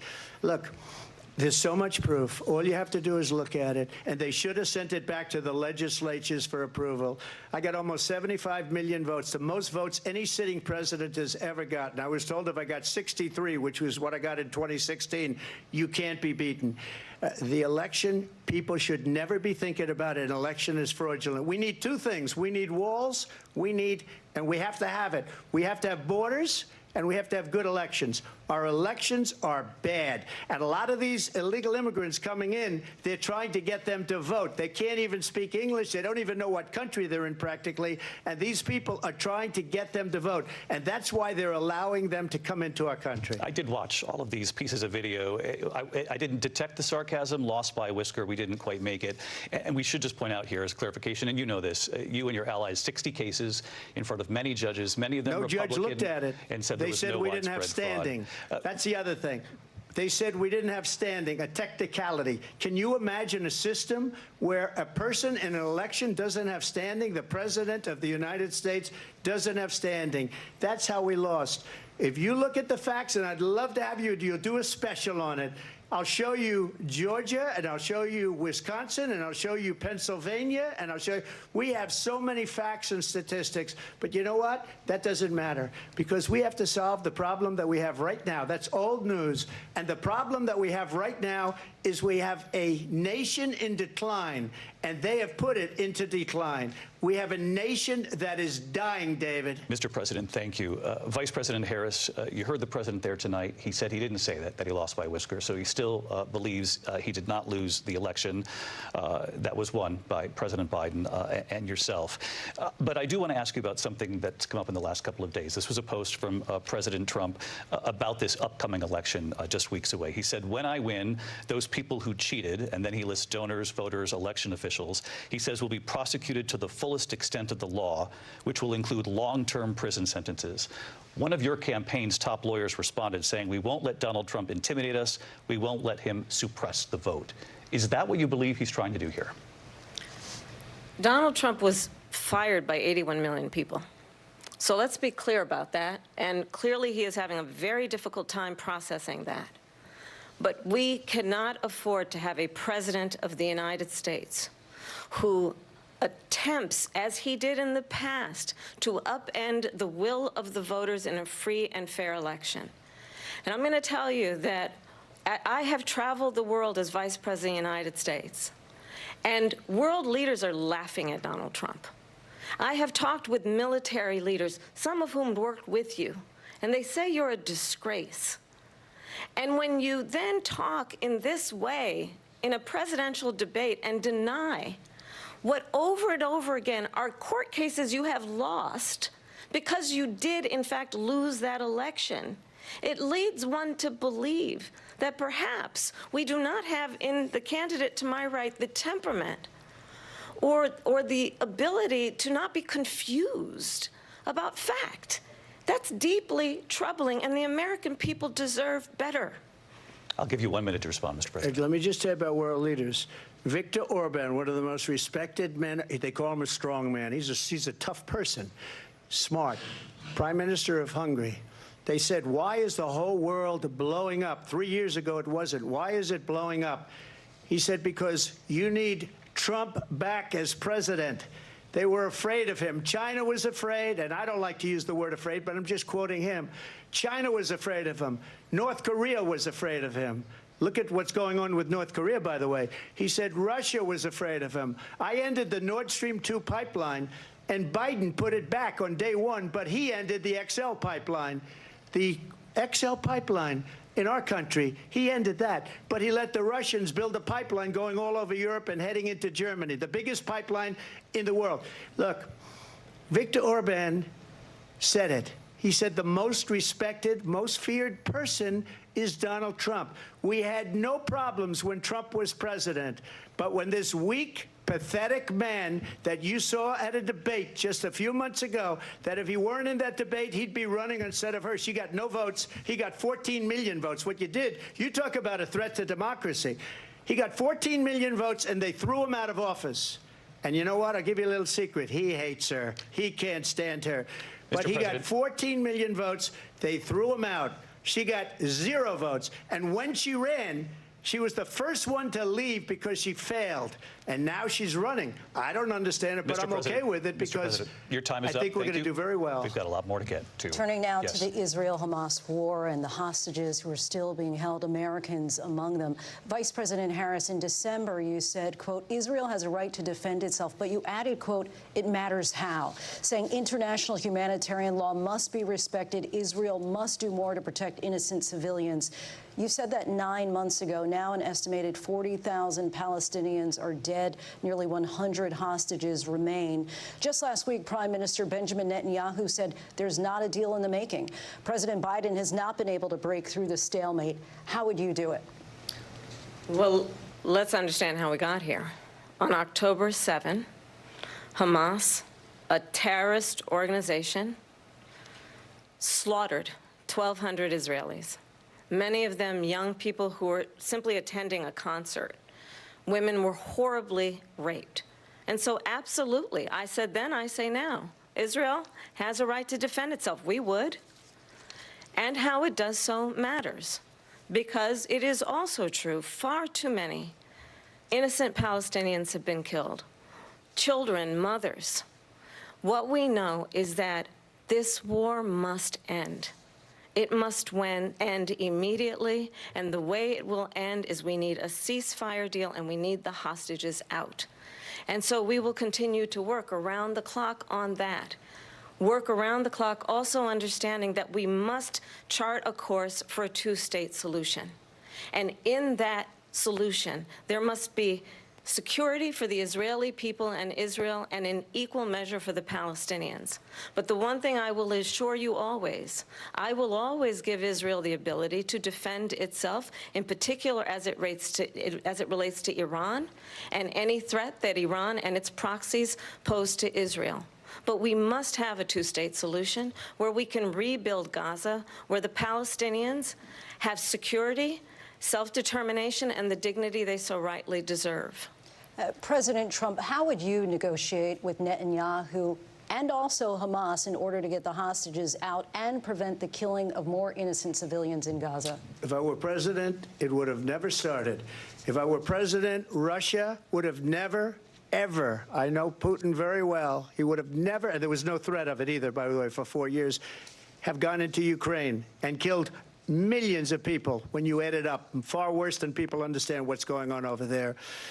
But when she mentions about Israel, all of a sudden, she hates Israel. She wouldn't even meet with Netanyahu when he went to Congress to make a very important speech. She refused to be there because she was at a sorority party of hers. She wanted to go to the sorority party.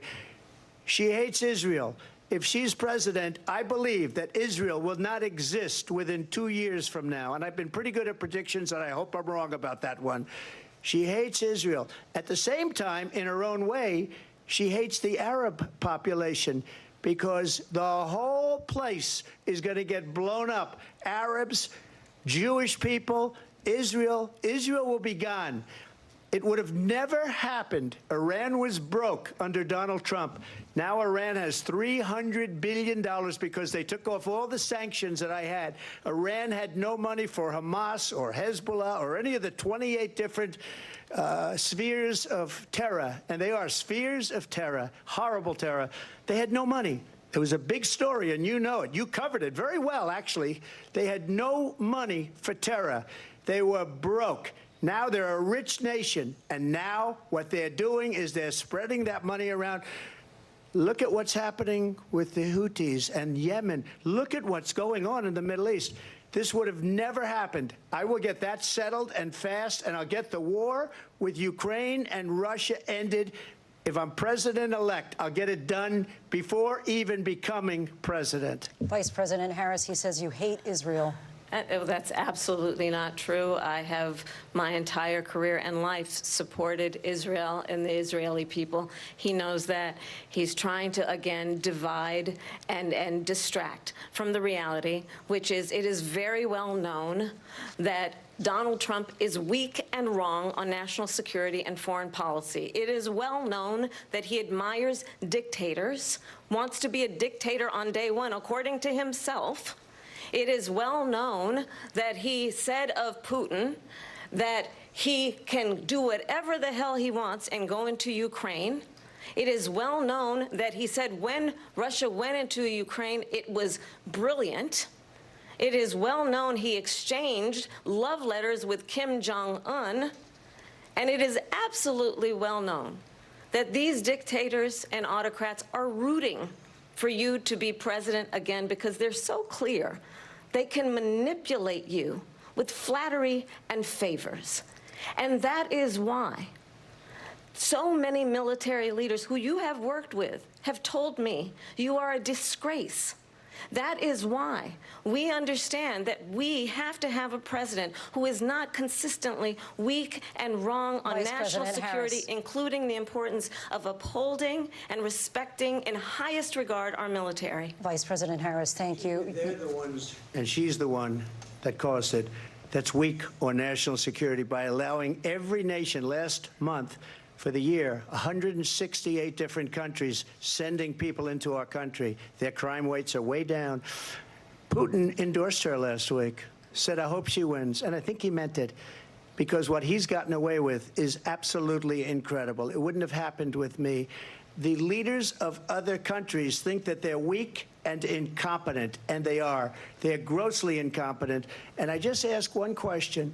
Why does Biden go in and kill the Keystone Pipeline and approve the single biggest deal that Russia's ever made, Nord Stream 2, the biggest pipeline anywhere in the world going to Germany and all over Europe? Because they're weak and they're ineffective. And Biden, by the way, President gets paid Trump, a lot of money. Thank you. We have a lot of issues to get to. We'll be right back with much more of this historic ABC News presidential debate from the National Constitution Center right here in Philadelphia. Back in a moment.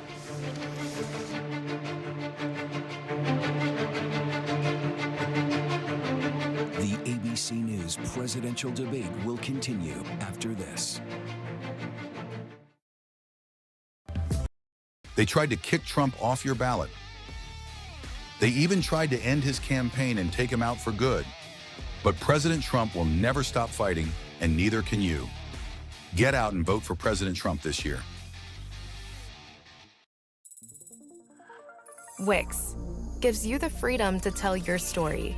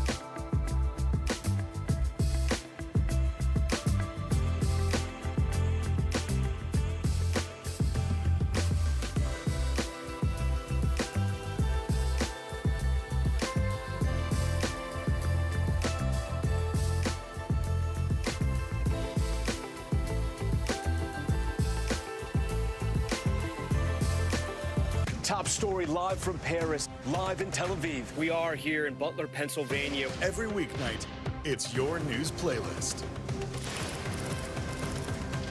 Top Story with Tom Llamas, streaming weeknights at 7 on NBC News Now. We're back with tonight's debate between Kamala Harris and Donald Trump. When it ends in just a few minutes, join us for an analysis of tonight's key moments. Our team will break down how it could shake up the final sprint to Election Day. For now, though, let's go back to the debate live in Philadelphia. Live from the National Constitution Center in Philadelphia, Pennsylvania.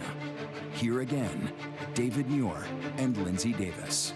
Welcome back to this historic ABC News presidential debate tonight. We're going to continue here, and I want to turn to the war in Ukraine. We're now 2.5 years into this conflict. Mr. President, it has been the position of the Biden administration that we must defend Ukraine from Russia, from Vladimir Putin, to defend their sovereignty, their democracy, that it's in America's best interest to do so, arguing that if Putin wins, he may be emboldened to move even further into other countries. You have said you would solve this war in 24 hours. You said so just before the break tonight. How exactly would you do that? And I want to ask you a very simple question tonight. Do you want Ukraine to win this war? I want the war to stop. I want to save lives that are being uselessly, people being killed by the millions. It's the millions. It's so much worse than the numbers that you're getting, which are fake numbers. Look, we're in for $250 billion or more because they don't ask Europe, which is a much bigger beneficiary to getting this thing done than we are. They're in for $150 billion less because Biden and you don't have the courage to ask Europe like I did with NATO. They paid billions and billions, hundreds of billions of dollars when I said, either you pay up or we're not going to protect you anymore. So that's maybe one of the reasons they don't like me as much as they like weak people. But you take a look at what's happening. We're in for 250 to 275 billion. They're into 100 to 150. They should be forced to equalize. With that being said, I want to get the war settled. I know Zelensky very well, and I know Putin very well. I have a good relationship, and they respect your president, okay? They respect me. They don't respect Biden. How would you respect him? Why? For what reason? He hasn't even made a phone call in 2 years to Putin, hasn't spoken to anybody. They don't even try and get it. That is a war that's dying to be settled. I will get it settled before I even become president. If I win, when I'm president-elect, and what I'll do is I'll speak to one, I'll speak to the other, I'll get them together. That war would have never happened. And in fact, when I saw Putin after I left, unfortunately left because our country has gone to hell. But after I left, when I saw him building up soldiers, he did it after I left, I said, oh, he must be negotiating. It must be a good, strong point of negotiation. Well, it wasn't, because Biden had no idea how to talk to him. He had no idea how to stop it. And now you have millions of people dead, and it's only getting worse, and it could lead to World War III. Don't kid yourself, David. We're playing with World War III, and we have a president that we don't even know if he's... Where is our president? We don't even know if he's a president. And just to clarify they here... threw him out of a campaign like a dog. We don't even know. Is he our president? But we have a president, Mr. President, that doesn't know he's alive. Your time is up. Just to clarify in the question, do you believe it's in the U.S. best interest for Ukraine to win this war, yes or no? I think it's the U.S. best interest to get this war finished and just get it done. All right. Negotiate a deal, because we have to stop all of these human lives from being destroyed. I want to take this to Vice President Harris. I want to get your thoughts on support for Ukraine in this moment, but also, as Commander-in-Chief, if elected, how would you deal with Vladimir Putin, and would it be any different from what we're seeing from President Biden? Well, first of all, it's important to remind the former president you're not running against Joe Biden, you're running against me. I believe the reason that Donald Trump says that this war would be over within 24 hours is because he would just give it up. And that's not who we are as Americans. Let's understand what happened here. I actually met with Zelensky a few days before Russia invaded, tried through force to change territorial boundaries, to defy one of the most important international rules and norms, which is the importance of sovereignty and territorial integrity. And I met with President Zelensky. I shared with him American intelligence about how he could defend himself. Days later, I went to NATO's eastern flank, to Poland and Romania. And through the work that I and others did, we brought 50 countries together to support Ukraine in its righteous defense. And because of our support, because of the air defense, the ammunition, the artillery, the javelins, the Abrams tanks that we have provided, Ukraine stands as an independent and free country. If Donald Trump were president, Putin would be sitting in Kyiv right now. And understand what that would mean, because Putin's agenda is not just about Ukraine.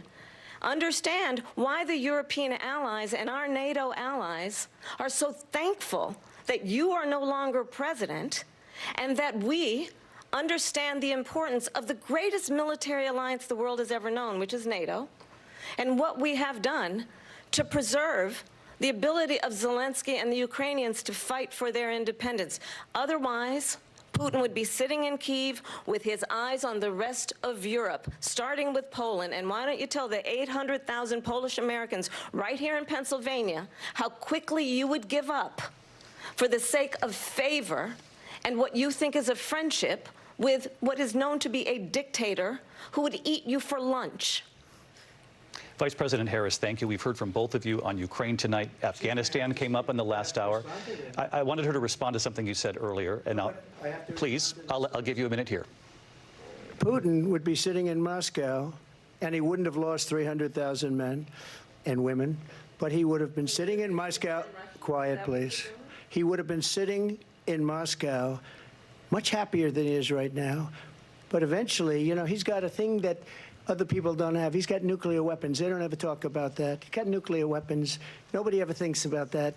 And eventually, maybe he'll use them, and maybe he hasn't been that threatening.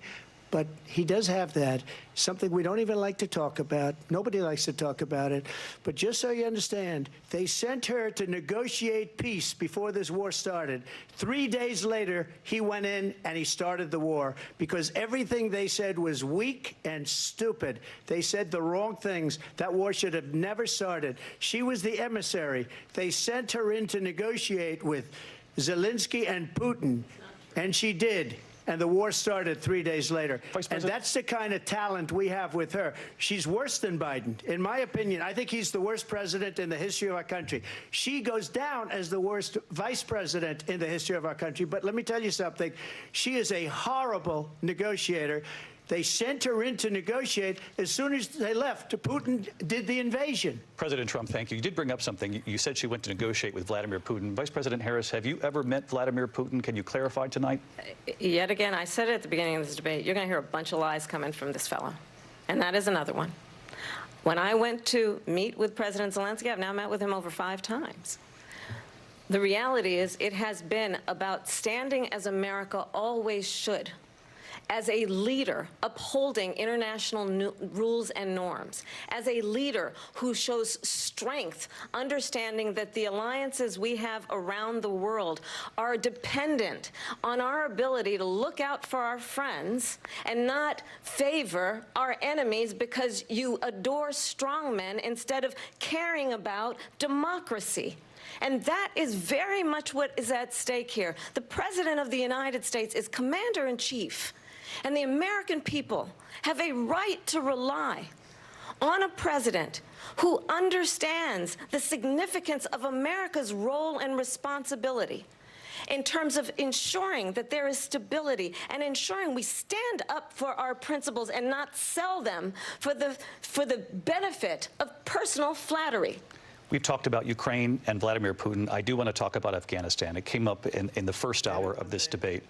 I want to move on to Afghanistan. Stoltenberg said Trump did the most amazing thing I've ever seen. He got these countries, the 28 countries at the time, to pay up. He said, I've never seen. He's the head of NATO. He said, I've never seen. For years, we were paying almost all of NATO. We were being ripped off by European nations, both on trade and on NATO.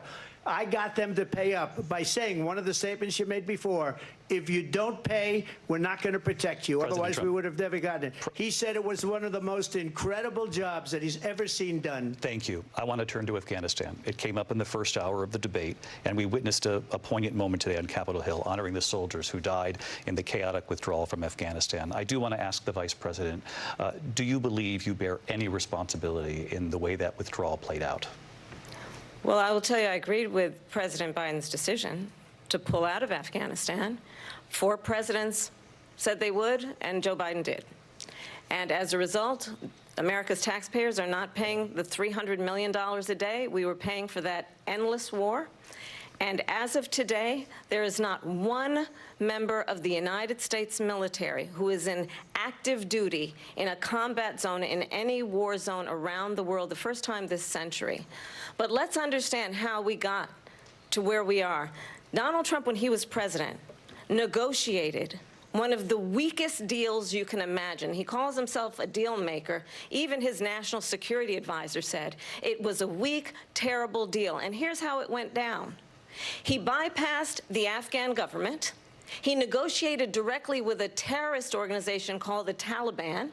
The negotiation involved the Taliban getting 5,000 Taliban terrorists released. And get this, and the president at the time invited the Taliban to Camp David, a place of storied significance for us as Americans, a place where we honor the importance of American diplomacy, where we invite and receive respected world leaders.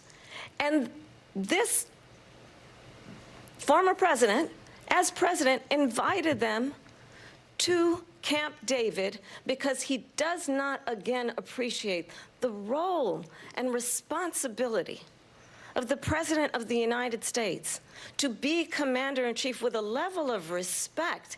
And this gets back to the point of how he has consistently disparaged and demeaned members of our military, fallen soldiers, and the work that we must do to uphold the strength and the respect of the United States of America around the world. Vice President Harris, thank you. President Trump, your response to her saying that you began the negotiations with the Taliban. So if you take a look at that period of time, the Taliban was killing our soldiers, a lot of them, with snipers. And I got involved with the Taliban because the Taliban was doing the killing. That's the fighting force within Afghanistan. They don't bother doing that because, you know, they deal with the wrong people all the time. But I got involved. And Abdul is the head of the Taliban. He is still the head of the Taliban. And I told Abdul, don't do it anymore. You do it anymore, you're going to have problems. And he said, why do you send me a picture of my house? I said, you're going to have to figure that out, Abdul. And for 18 months, we had nobody killed.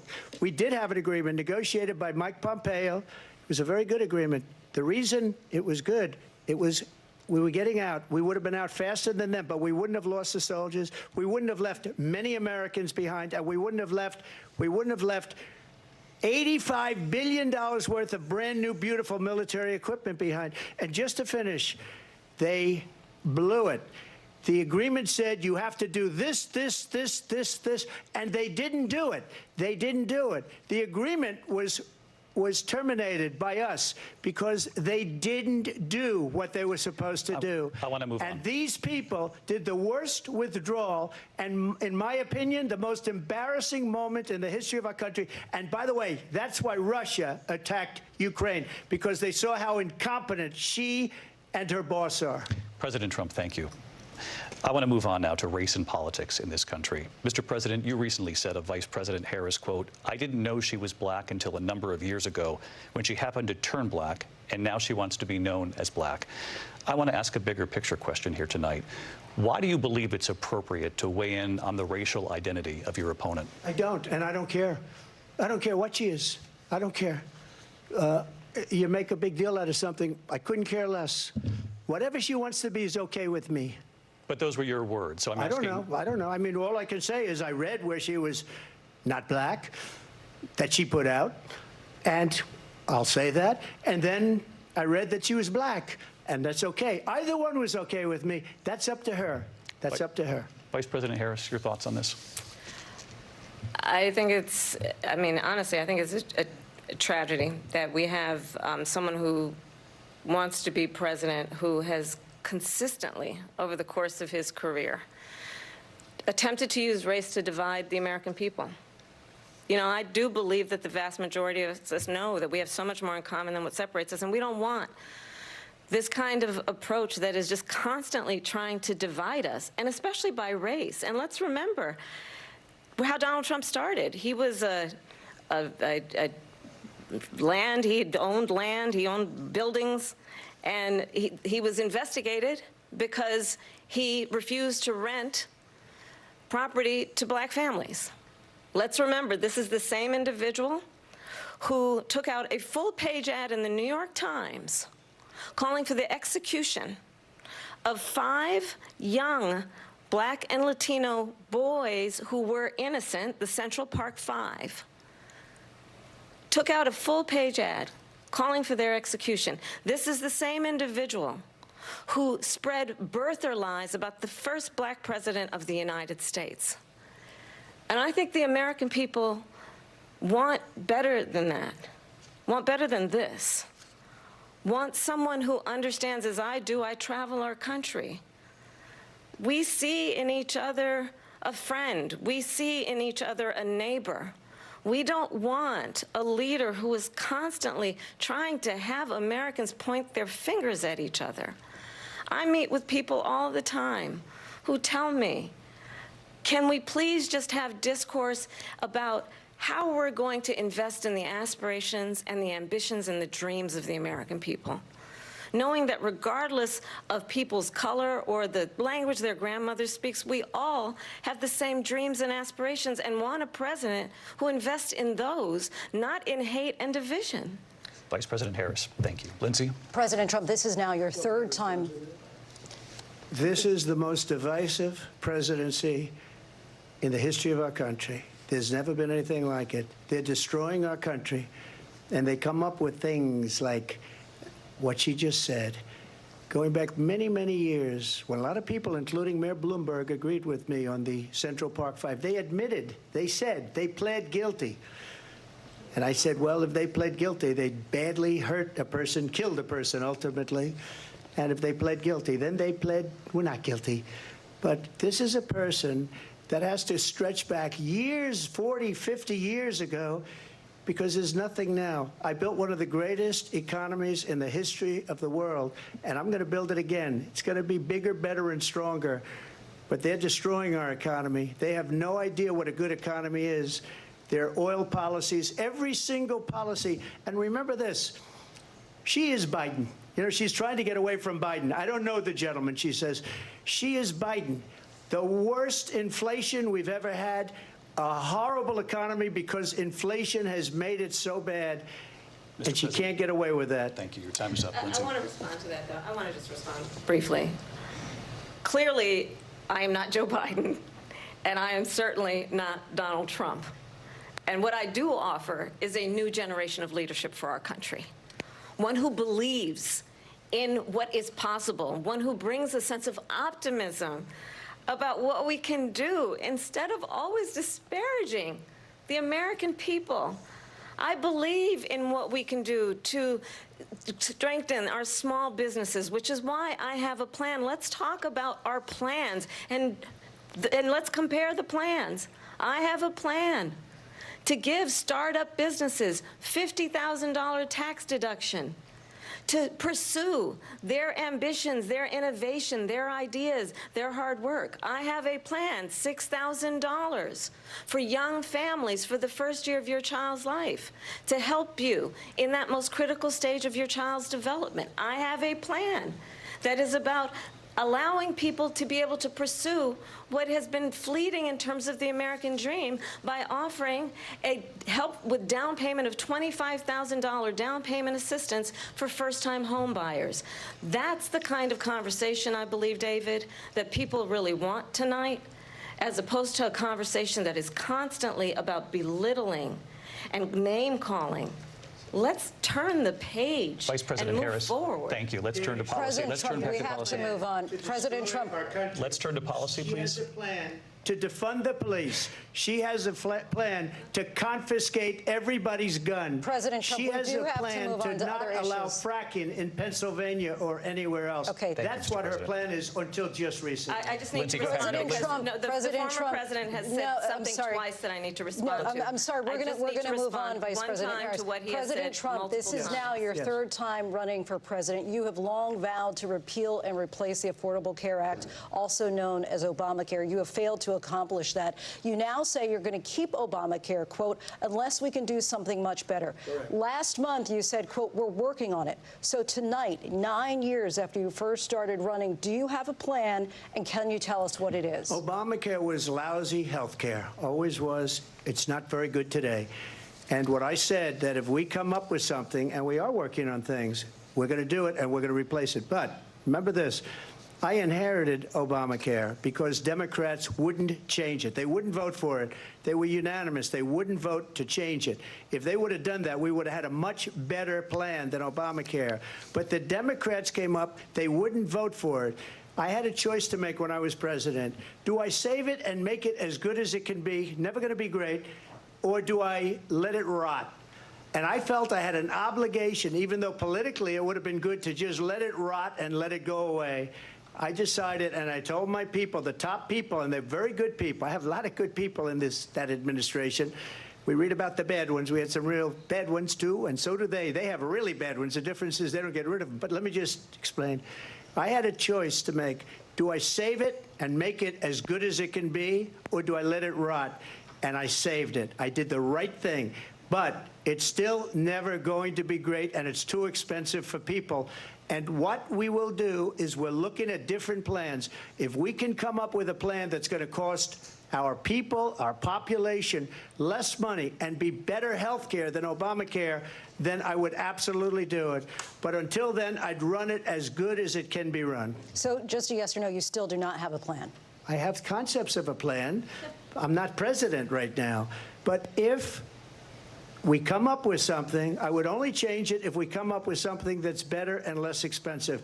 And there are concepts and options we have to do that. And you'll be hearing about it in the not-too-distant future. Vice President Harris, in 2017, you supported Bernie Sanders' proposal to do away with private insurance and create a government-run health care system. 2 years later, you proposed a plan that included a private insurance option. What is your plan today? Well, first of all, I absolutely support, and over the last 4 years as vice president, private health care options. But what we need to do is maintain and grow the Affordable Care Act. But I'll get to that, Lindsay. I just need to respond to a previous point that the former president has made. I've made very clear my position on fracking. And then this business about taking everyone's guns away. Tim Walz and I are both gun owners. We're not taking anybody's guns away. So stop with the continuous lying about this stuff. As it relates to the Affordable Care Act, understand, just look at the history to know where people stand. When Donald Trump was president, 60 times he tried to get rid of the Affordable Care Act. 60 times. I was a senator at the time when I will never forget the early morning hours when it was up for a vote in the United States Senate. And the late, great John McCain, who you have disparaged as being, you don't like him, you said, at the time because he got caught. He was an American hero. The late, great John McCain, I will never forget that night, walked onto the Senate floor and said, no, you don't. No, you don't. No, you don't get rid of the Affordable Care Act. You have no plan. And what the Affordable Care Act has done is eliminate the ability of insurance companies to deny people with pre-existing conditions. I don't have to tell the people watching tonight, you remember what that was like? Remember when an insurance company could deny if a child had asthma, if someone was a breast cancer survivor, if a grandparent had diabetes? And thankfully, as I've been vice president and we, over the last 4 years, have strengthened the Affordable Care Act, we have allowed for the first time Medicare to negotiate drug prices on behalf of you, the American people. Donald Trump said he was going to allow Medicare to negotiate drug prices. He never did. We did. And now we have capped the cost of insulin at $35 a month. Since I've been vice president, we have capped the cost of prescription medication for seniors at $2,000 a year. And when I am president, we will do that for all people, understanding that the value I bring to this is that access to health care should be a right and not just a privilege of those who can afford it. And the plan has to be to strengthen the Affordable Care Act, not get rid of it, pass this prologue in terms of where Donald Trump stands on that. I want to move to an issue that's important for a lot of... She made a mistake. Number one, John McCain fought Obamacare for 10 years. But it wasn't only him. It were all of the Democrats that kept it going. And you know what? we can do much better than Obamacare, much less money. But she won't improve private insurance for people, private medical insurance. That's another thing she doesn't want to get. People are paying privately for insurance that have worked hard and made money, and they want to have private. She wants everybody to be on government insurance where you wait 6 months for an operation that you need immediately. President Trump, thank you. We have another issue that we'd like to get to that's important for a number of Americans, in particular younger voters, and that's climate change. President Trump, with regard to the environment, you say that we have to have clean air and clean water. Vice President Harris, you call climate change an existential threat. The question to you both tonight is, what would you do to fight climate change? And Vice President Harris, we'll start with you. 1 minute for you each. Well, the former president had said that climate change is a hoax. And what we know is that it is very real. You ask anyone who lives in a state who has experienced these extreme weather occurrences, who now is either being denied home insurance or it's being jacked up. You ask anybody who has been the victim of what that means in terms of losing their home, having nowhere to go. We know that we can actually deal with this issue. The young people of America care deeply about this issue. And I am proud that as vice president over the last 4 years, we have invested $1 trillion in a clean energy economy, while we have also increased domestic gas production to historic levels. We have created over 800,000 new manufacturing jobs while I have been vice president. We have invested in clean energy to the point that we are opening up factories around the world. Donald Trump said he was going to create manufacturing jobs. He lost manufacturing jobs.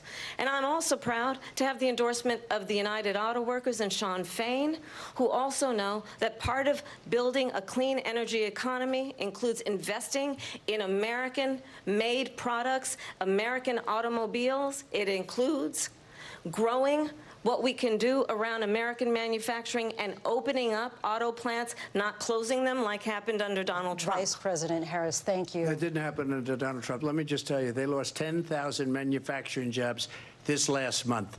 It's going, they're all leaving. They're building big auto plants in Mexico, in many cases owned by China. They're building these massive plants, and they think they're going to sell their cars into the United States because of these people. What they have given to China is unbelievable. But we're not going to let that. We'll put tariffs on those cars so they can't come into our country, because they will kill the United Auto Workers and any auto worker, whether it's in Detroit or South Carolina or any other place. What they've done to business and manufacturing in this country is horrible. We have nothing because they refuse. You know, Biden doesn't go after people because supposedly China paid him millions of dollars. He's afraid to do it. Between him and his son, they get all this money from Ukraine. They get all this money from all of these different countries. And then you wonder, why is he so loyal to this one, that one, Ukraine, China? Why is he? Why did he get $3.5 million from the mayor of Moscow's wife? Why did she pay him $3.5 million? This is a crooked administration, and they're selling our country down the tubes. President Trump, thank you. Thank you. We'll be right back with closing statements from both of our candidates. An historic night, this ABC News presidential debate from Philadelphia. Back in a moment.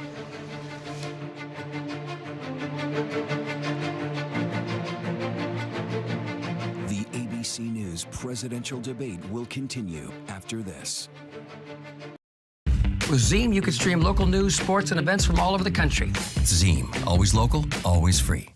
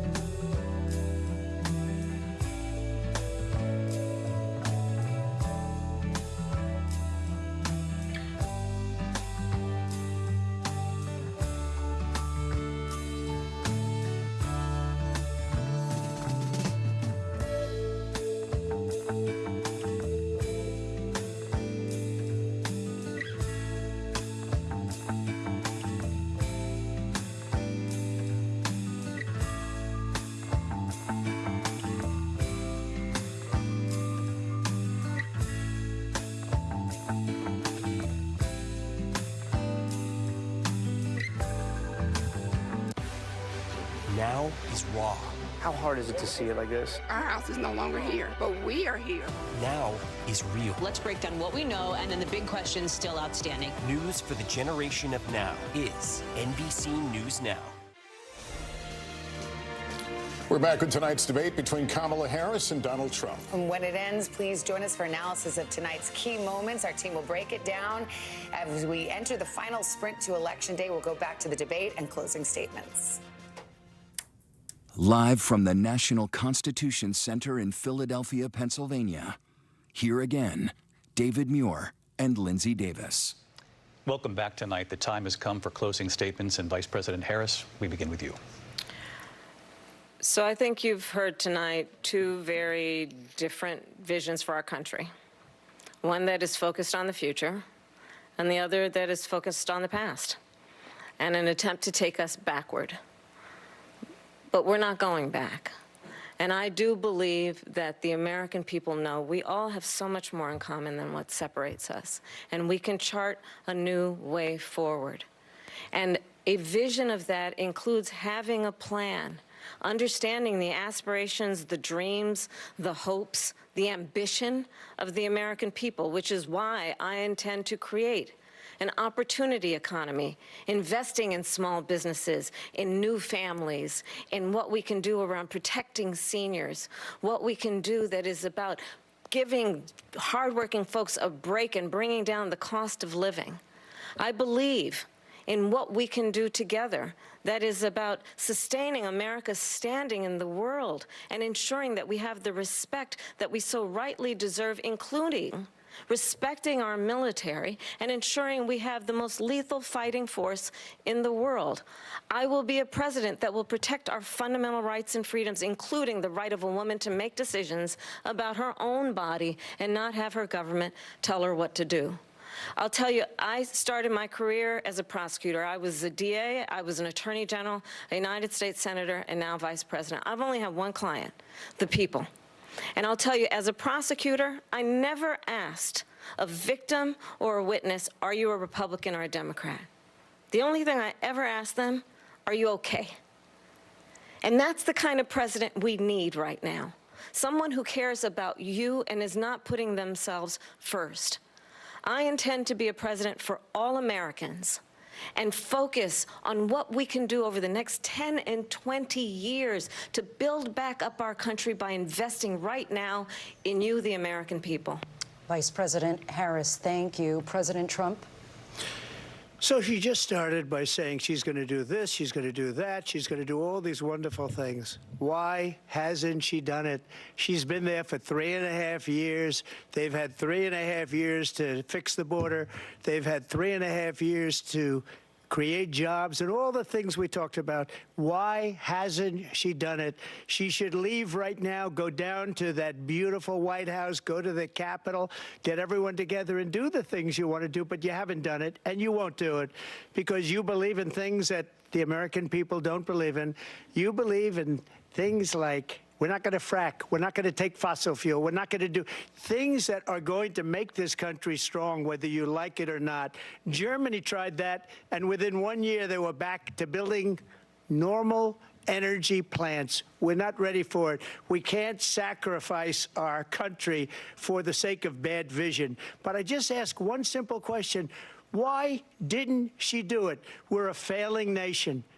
We're a nation that's in serious decline. We're being laughed at all over the world. All over the world, they're laughed. I know the leaders very well. They're coming to see me. They call me. We're laughed at all over the world. They don't understand what happened to us as a nation. We're not a leader. We don't have any idea what's going on. We have wars going on in the Middle East. We have wars going on with Russia and Ukraine. We're going to end up in a third world war, and it'll be a war like no other because of nuclear weapons, the power of weaponry. I rebuilt our entire military. She gave a lot of it away to the Taliban. She gave it to Afghanistan. What these people have done to our country, and maybe toughest of all, is allowing millions of people to come into our country. Many of them are criminals, and they're destroying our country. The worst president, the worst vice president in the history of our country. President Trump, thank you. And that is our ABC News presidential debate from here in Philadelphia at the National Constitution Center. I'm Lindsay Davis. And I'm David Muir. Thank you for watching here in the U.S. and all over the world, and from all of us here at ABC News. Good night. And welcome back to NBC News coverage of the debate. Pick your adjective. I would go with fiery to begin, but it goes from there. Both the candidates, you could argue, executing on their strategy going in. For Kamala Harris, that was to get under the former president's skin, which she did quite often. For the former president, his option was, of course, to go after the economy, after Afghanistan, the administration's position on the withdrawal in Afghanistan. And immigration, of course. This is exactly what they wanted. The question is how they got there, and along the way, I think. Well, people are going to be talking about this debate for a long time. And is this the final debate? Is this the only one we're going to see? Will there be another? Well, it depends on how each candidate feels they did tonight. Let's bring back our moderator of Meet the Press, Kristen Welker, our senior Washington correspondent, Hallie Jackson. Boy, do we have a lot to chew over here. Yes, I mean, let's talk about, first of all, it does seem that Kamala Harris was trying to hit every trigger point she could think of to try to get Donald Trump to respond to her and to kind of fall into bait him into that trap. Do you think it was effective? Well, let's just name a few. Abortion, January 6th. His former officials who are now critical of him. John McCain, which is a big trigger point. His rally size. His rally size, one of the biggest ones that gets under his skin. One of his allies said she clearly tried to get under his skin. He's being defensive way too much. He's losing his answers. For example, instead of border czar, we had eating pets. Of course, that theory that Springfield officials in Ohio are saying there's no proof that undocumented immigrants are eating pets, something that we've heard from Trump and his campaign. And I think that allies are expressing concern about the fact that he didn't do what they were hoping he would do, which is to stay on message, to talk about his strengths. There were some unanswered questions as well. It's worth noting out on both sides. Harris never answered whether you're better off than you were 4 years ago. She also didn't say what she would have done differently on immigration. Trump, by the way, didn't answer the critical question. Would he veto a national abortion ban if it came to his desk? I asked J.D. Vance if Trump would do that. He said, yes, he would. Trump said tonight, well, he didn't check with me before saying that. So some differences there. Again, how does this play with those swing voters? Hallie, what are Republicans saying tonight that you're monitoring? I think there's immense frustration on the part of those allied with Donald Trump about the moderators. That is something that you sometimes hear after debates. I think that is certainly a through line here. There is some frustration, I think, I spoke with one Republican who called former President Trump wild and uncontrolled and said that the vice president was successfully pushing his buttons and getting him angry. Another ally said, listen, she is doing what they thought she would do, avoiding the issues and going on attack against former President Trump. She did that, as you have laid out. She baited him again and again. We talk about substance and style being the two kind of buckets in any debate. If that's the style, you look at substance here. She was pressed on her shift away from some of those more progressive positions in that crowded primary. She says, my values haven't changed. And it wasn't just, of course, the issue of abortion access and whether